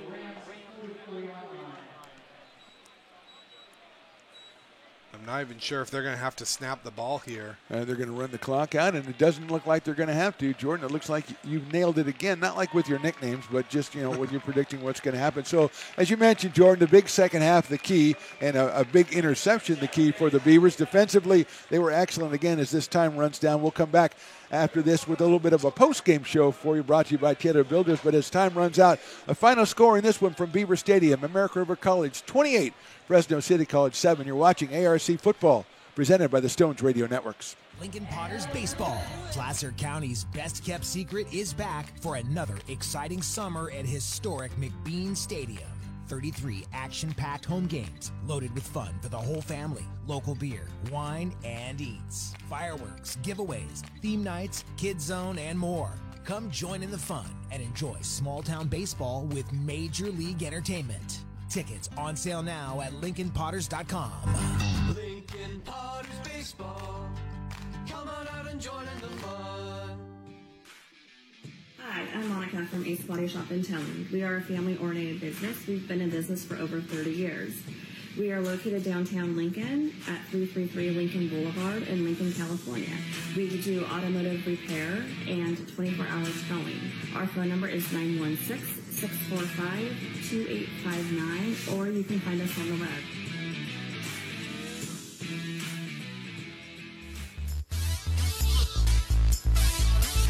Welcome back to the post-game show from Beaver Stadium. Mark the Phantom Low, Jordan Georgeson here with Kenny Parker down on the sidelines. And Jordan, it's hard to pick a most outstanding player of the game. I mean, there were so many guys who did so many things. But, I think if we're going to say let's pay a player to watch, is a guy we've talked about. It's Micaiah Stevenson. Two touchdown catches today. He had 4 catches on the season for 111 yards and 2 touchdowns coming in. He's an incredibly difficult one-on-one matchup, and he and Kenny Leith seem to have a pretty good relationship. I agree. I think Stevenson's one of those players where, he's such a threat that you have to focus on him, and he's efficient. He doesn't get his number called a lot, but when he does, it feels like it's always for a big play. It's always for 6, always for a big gain. And it feels like he really was a difference maker in this one. He had 2 touchdowns that really sparked the team and helped put them on top. And I'm right there with you. I think he gets the nod for player of the game. And then when you're talking about the Fab Four, you had Joshua 5 yards at a time more, and you had the minibus Casey Riley with touchdowns. But again, all 4 of them contributed. Hendrick had a great game. Jacobs came in and made a great catch early in the game to set something up for the Beavers. So, again, we see there are 4 guys that play at one, and they're a unique weapon that the Beavers have. Yeah, it really is, and it's so nice to have a running back group that you can almost use like a pitching staff in a way. Mm-hmm. Today, Torrey Hendrick was the closer, if you will. He kind of put that game away. Jacobs opened this one up. It just feels like you have so many different guys that you can use in different roles, and it's interesting to see how they do it, too, because you have speed, you have power. When do you want to use the speed? When do you want to use the power? And when do you want to use kind of the balance guys like a Moore or someone like that? It's a good problem to have if you're the Beavers, getting those guys their touches. And let's turn our attention over to the defense. It's easy. We had Josh Tremaine. We say his name a lot. We have a couple of other guys who we talk at Washington. We mention a lot. Grover as well. But I think the strength of the defense for the Beavers through 3 games is that all 3 levels have been excellent. The defensive line, the linebackers with Tremaine, and the defensive backfield, I think, has been absolutely fantastic for the most part. So you don't see defenses with all parts of them playing well this early in the season that often. Yeah, and today was an interesting one, too, because you saw the Beavers get good pressure in Fresno's face. I don't believe they got any sacks in the game, but they were able to help create turnovers because they were able to make Trujillo uncomfortable back there in the pocket. They were also able to draw some penalties trying to make Trujillo move a little bit. Right. So that defensive line really opens things up for the linebacking core and for the secondary to make their big plays. And that's it for us from Beaver Stadium. Again, our final score, American River College 28, Fresno City 7. A reminder, Beavers on the road the next 2 weeks. They take on the College of San Mateo next week and then Modesto. Then they have a bye.